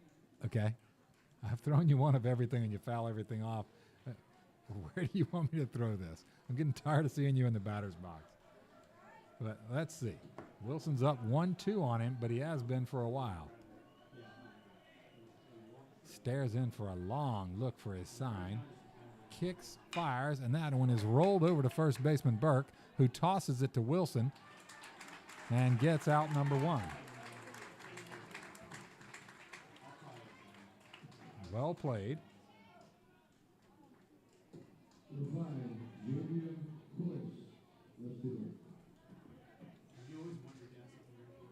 Okay, 1 out. Top of the 6th. That's going to bring up Jabrian Quiles, the left fielder. He has walked and struck out, but he now has a teammate at third base. That's Will Rawls. 1 out.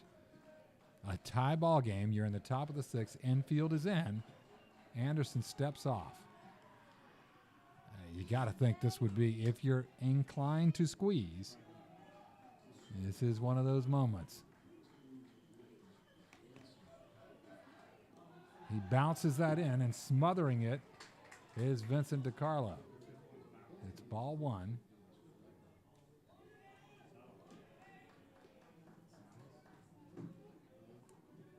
So I believe the head coach, I believe Parrish Community's head coach is the first base coach. I might have that wrong, but I think that's how they station their coaching staff. There's a fastball, outside corner, strike 1, a good pitch. Hard to do anything with it, still a strike.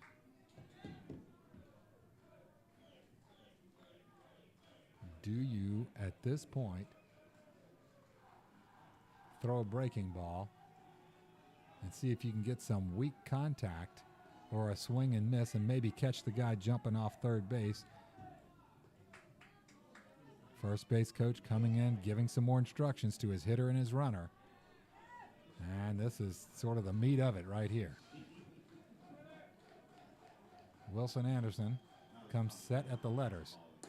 There's that slider. And it hits its mark on the inside corner. It's now a ball and 2 strikes. So you got to think that takes away the bunt, of course. But can he shoot one through, around, over the infielders to get this run in and give Parrish Community a lead? Huge moment here. He kicks, fires, and that is sliced foul into the pond.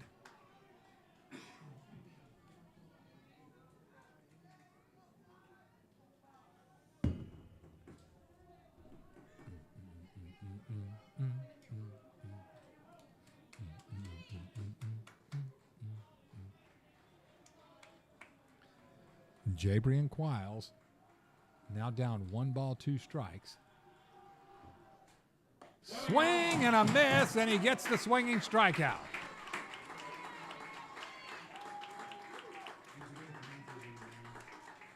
And a big, big strikeout from Wilson Anderson.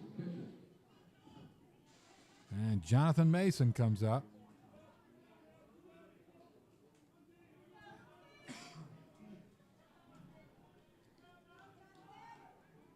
Two outs now. Mason comes up. He has struck out swinging and struck out looking. Rawls still looking for a chance to score.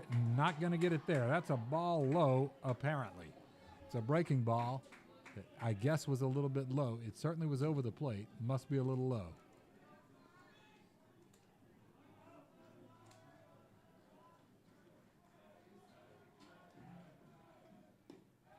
Fastball down and in, and it's 2-0.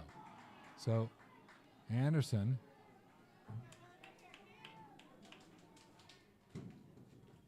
clearing his landing spot a little bit. There were some clumps of dirt right where he lands. Walks around a little bit to collect himself here. He'll go back to the stretch and face left-hander Jonathan Mason. The 2-0. That one fouled straight back. And now Anderson's 56 pitches into it, 35 strikes, 21 balls.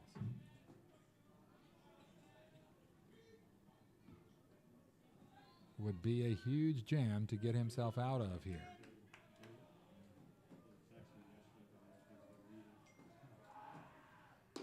Fastball inside corner, and that is Old Faithful tonight. This afternoon. Sorry, I'm so used to this being nighttime at this point in the game. Home plate umpire loves the inside corner.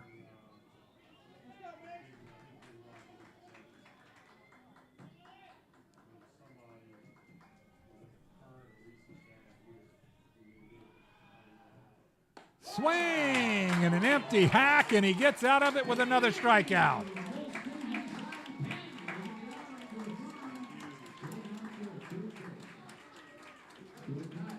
In the top of the 6th, it is 0 runs, 0 hits, 0 errors, 1 man left on.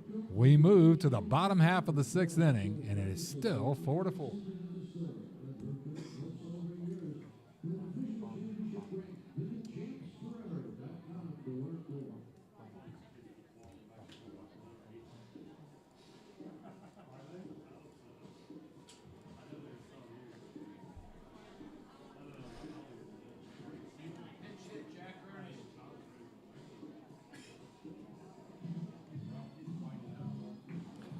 Okay, we move to the bottom of the 6th, folks. Now, you know, this is what a championship game's supposed to be. I mean, this is exactly what you want it to be. It's a beautiful day out. Lots of folks here. It's been up and down and back and forth. Well played. No errors on either side.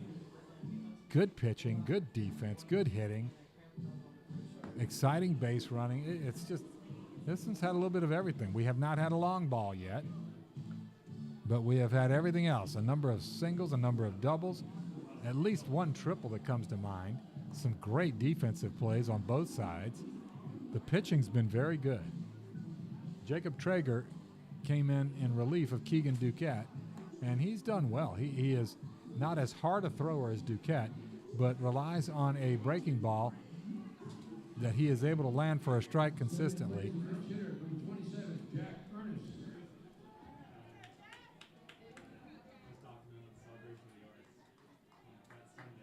And this is going to be a pinch hitter, and that's going to be Jack Ernest.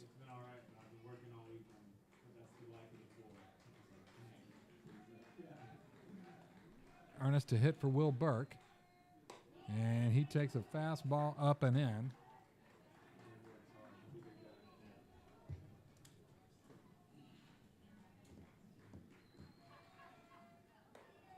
Breaking ball doesn't break much, and he is quickly down in a 2-0 count. So Traeger, Ernest has done a good job of getting to a 2-0 count. Now Traeger, this is where it's been a little bit funny, as he may come back with a breaking ball here. Nope, comes with a fastball that again goes down the left field line. And we got another double down the left field line. I tell you what, that is probably the fourth time tonight that a Jesuit hitter has bounced one right over third base. And that is how you get it started. And so the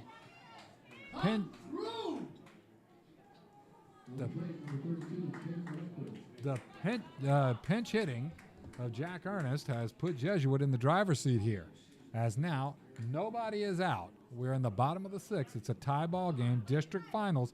Sophomore Caden Wechter comes up. He has flown out to left and flown out to center. He bunts it perfectly down the third base line, barehanded across the diamond in time, but it gets Ernest across, and that is exactly how you draw it up.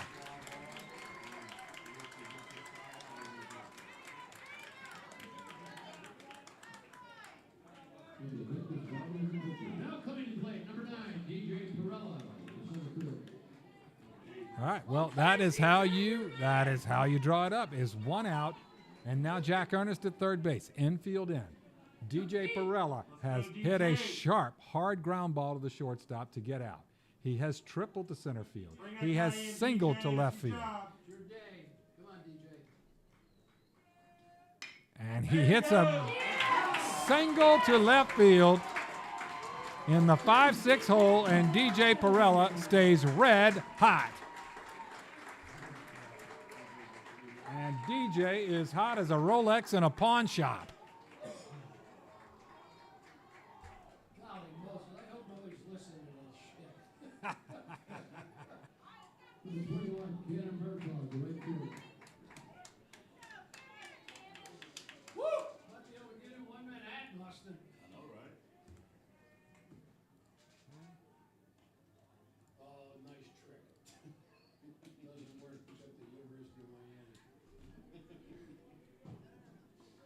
Jesuit now up 5-4, and Cannon Martok comes up. He has lined out to center field, singled, and flown out to left.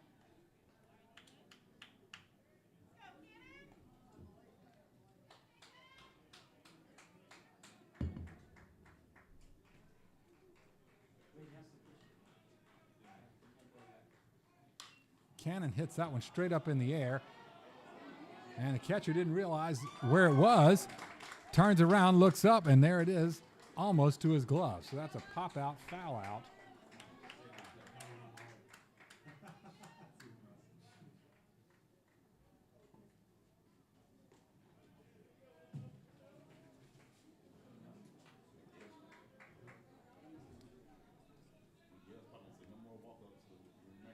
Two out, and now that's going to bring up Noah Sheffield. Noah is 3 for 3.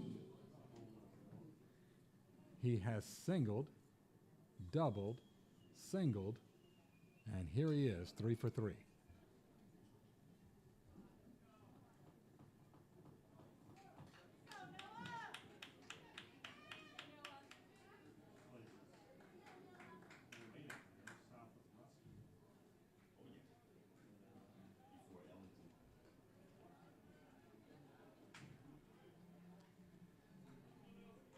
Nope, coach is going to come out and talk with his pitcher. Traeger is 38 pitches into it, 25 strikes, 13 balls.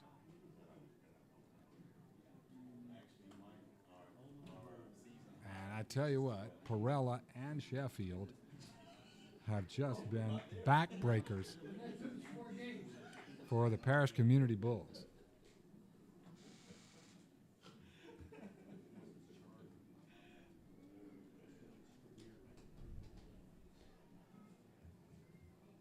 Father, where are you going to be Tuesday night? Here. I'm going to be over in the Chapel of the Holy Cross offering the ring mass, giving Carlos Mahmoud here his ring. Oh, nice. They have internet sons. Is it afternoon? We need to ask for a 4 o'clock game that day. Does Terry have any favors he can cash in? Text Mark. He's got to give the rings to the juniors. Yep.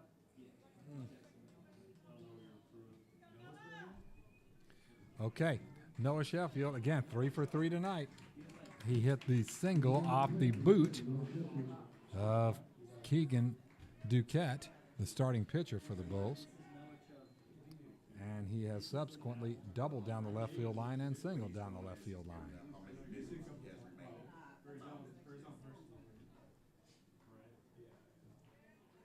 And they throw over a couple of times. They have pretty good memory of what happens when DJ gets on base. He wreaks havoc. And he is not going. A swing and a miss. Sheffield out in front of that one. And that was a good selection of a pitch there. You got a guy that's been way ahead of you. Hit 2 sharp base hits down the left field line. Throw him something that maybe he's a little bit too far out in front of, and that was good pitch selection. Throw over to first again. As DJ Perella, they're trying to keep him honest.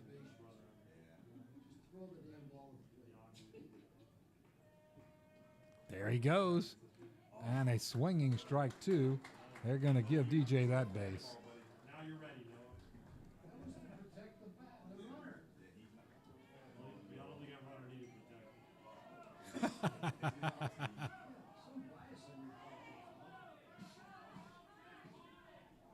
There is a lot of, I don't know what everybody's complaining about out there. Ball low.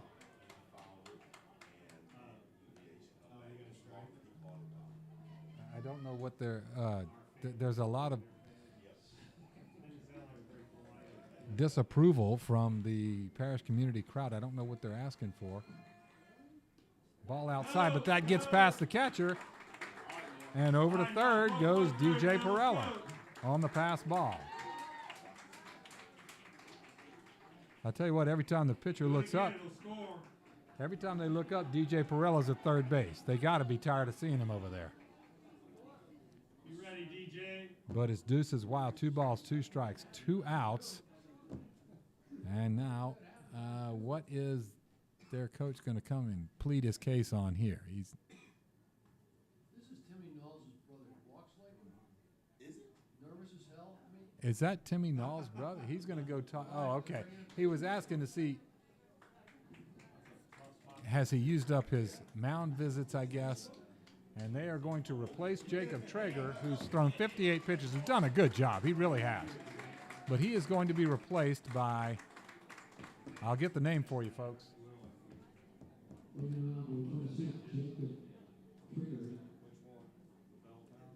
Is it 19? I can't. We're trying to figure out what this guy's number is, folks. I think it's number 9. Oh, okay. So this is Troy Guthrie. Troy is, he's going to look over.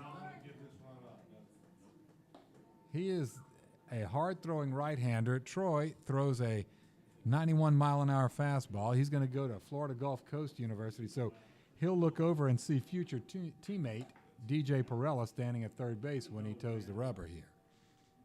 He's been a 9-time perfect game all-tournament selection. Fly's going to throw wild pitches You are so observant. I mean, it's just amazing how you know this game.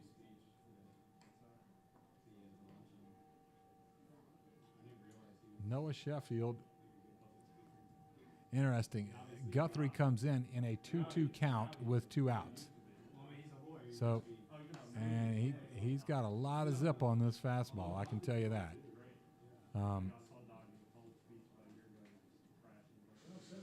But of course, you know, you get a good hitter against a good pitcher, and who knows who's going to win this. No, I understand. The DJ will turn it into one. Yeah, but as hard as he throws it, he'll go out to second base. How hard does this guy throw? He's their age. Yeah. He throws 91. Hear that, Father? 91.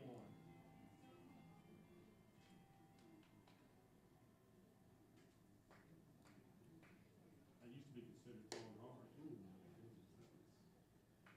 He hit the gas on that one.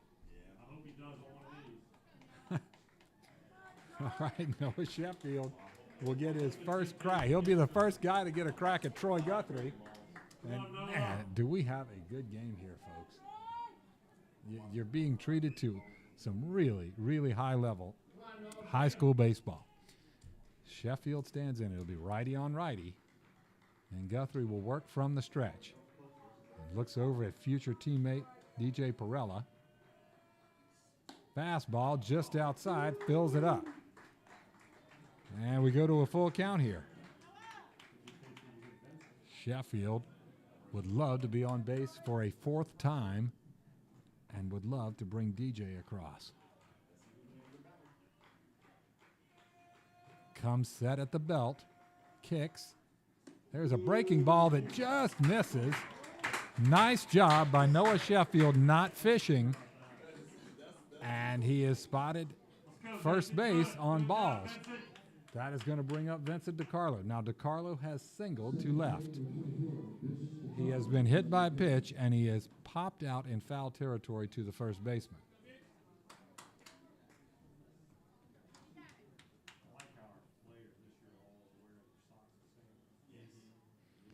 So I'm guessing that Noah's just going to take second base here. Nope. Down and away, ball 1. Just we will see. I don't see any signs from Knowles to Sheffield. Maybe not worth the risk, of course. Hate to run yourself out of this inning.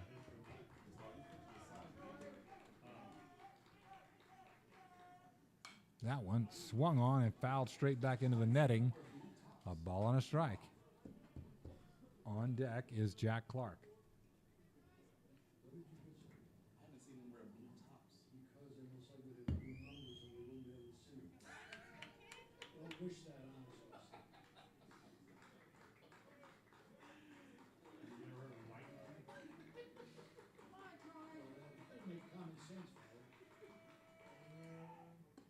There's a breaking ball that finds its home in the strike zone. And that, well, I tell you what, you can throw 90 plus and you can land a breaking ball like that. You can get a lot of people out at the next level. Let's see what he dials up against DiCarlo here, 1-2. Can he get himself out of this inning and limit it to a 1-run inning? And that one is chopped toward shortstop. It is fielded cleanly, thrown across, and the inning is over.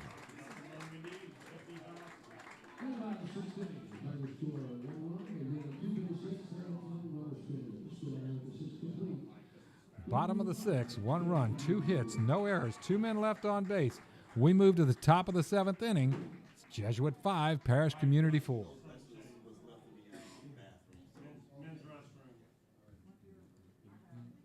We have a pair of sunglasses up here in the press box, which was just left in the men's restroom. There are sunglasses in the press box.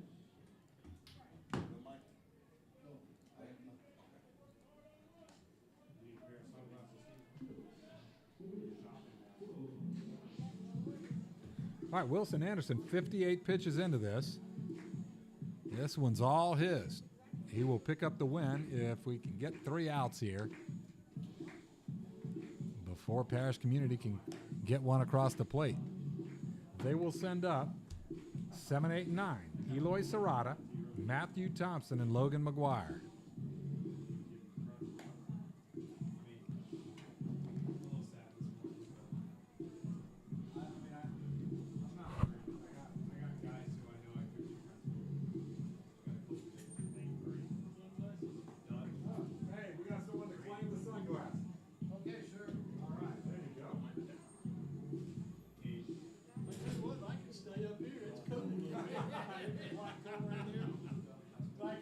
You're welcome.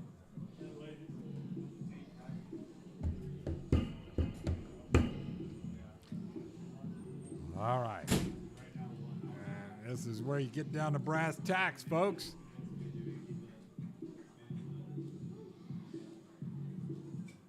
Where the rubber meets the road. Dial up your favorite cliche.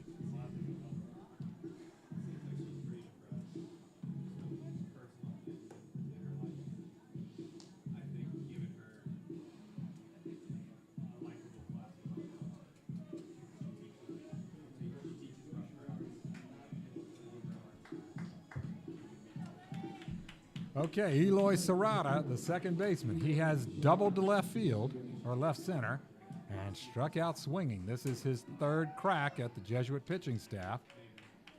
Wilson Anderson will work from the windup. Wilson has struck out 7 to go with 5 from McCall Bymiller. Fastball buzzes the tower, ball 1.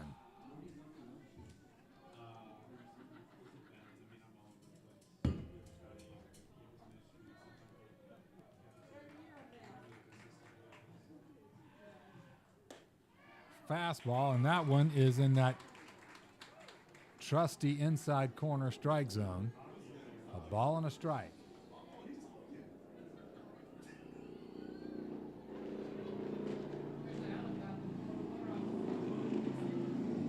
Fastball inside, 2-1.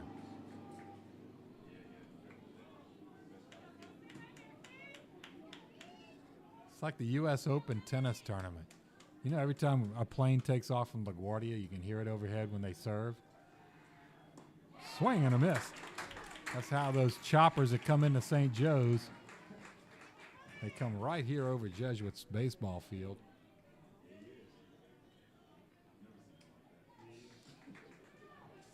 And well-wishing and Godspeed to whomever is getting cared for in the copter. Swing and an empty hack, and there's strikeout number 8 for Wilson Anderson.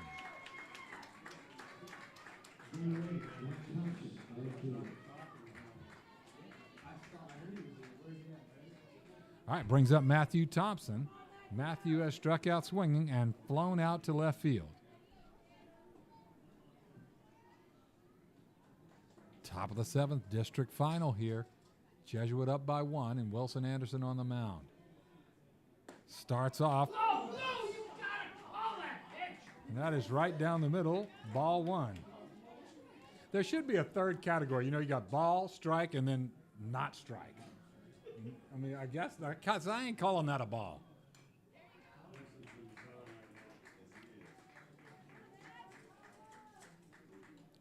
Okay, taps that one foul. Ball and a strike. My apologies to the Bulls fans watching the live stream. Every now and then my commentary may not be to the favorability of your team. But that was a hard line drive single, and it was a little bit adventurous as DJ sort of lost his footing, but managed to knock it down. Boy, if that got by him, the speedy Thompson, wow, he'd have been still running probably. Number 7, Logan McGuire, the center fielder. Hey, courtesy runners number 12, Johnny Wilson. Okay, sorry. Well, Mason's the catcher. Or no, Thompson's the pinch runner. He's a pinch runner, sorry. All right, Logan McGuire up.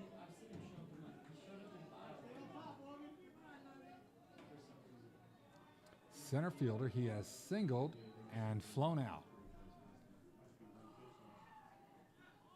And he goes after the bunt. And he does get him on the back pick. What a throw by Vincent DiCarlo. He goes after the bunt, misses it.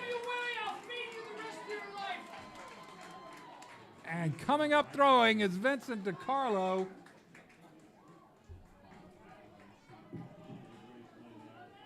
Just beautifully done. So now that brings us to the final strike for Parish Community. If this is in fact their last hitter. That's 0-2, 2 outs. And Wilson Anderson in the windup. Strike 3 called, and that is going to do it.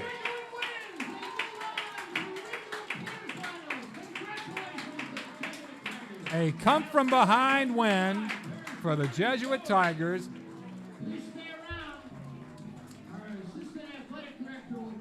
Folks, you were treated to a heck of a ball game there. Final score, Jesuit 5, Parish Community 4. Let's give a shout out for Parish Community. Great competition here this afternoon. Jesuit fans, we're back home. Parish Community came in here and they took it to the Jesuit Tigers. I tell you what, threw Jesuit onto their heels and built a 4-0 lead, from which Jesuit picked its way back a little bit at a time, finally overtaking in the bottom of the 6th with 1 run to come up to 5-4, and then closing the door is Wilson Anderson with his best outing of the year. Wilson struck out 9 in what was a winning effort, 3 looking and 6 swinging, coupled with Miller, who struck out 5. That's 14 strikeouts combined tonight. On the offensive side, that is really where you can't help but be impressed today. As Jesuit gets 11 hits, 3 from DJ Perella, 3 from Noah Sheffield, a pinch hit double from Jack Ernest, Cannon Murtaugh, Vincent DiCarlo, Jack Clark, Jacob Lozano, all in on the action. So congratulations to Jesuit in winning the district championship here in dramatic fashion after falling behind 4-0. Congratulations to Parish Community on an excellent effort here and a great season. Good luck to their seniors as they move on, and to their returning players and coaches as they take on the off-season. Jesuit moves on to the regional quarterfinal. Actually, I believe Parish Community, their season's not over, right, Mike? They play in the regionals too, Yes. right? No, that's based on rankings. Oh, okay. All right, never mind. Okay. So, very good. Again, congratulations to Jesuit. Thank you guys for tuning in and telling your friends to tune in. Dr. Doug Polites here for the Jesuit live stream. We will see you next week for the regional quarterfinals.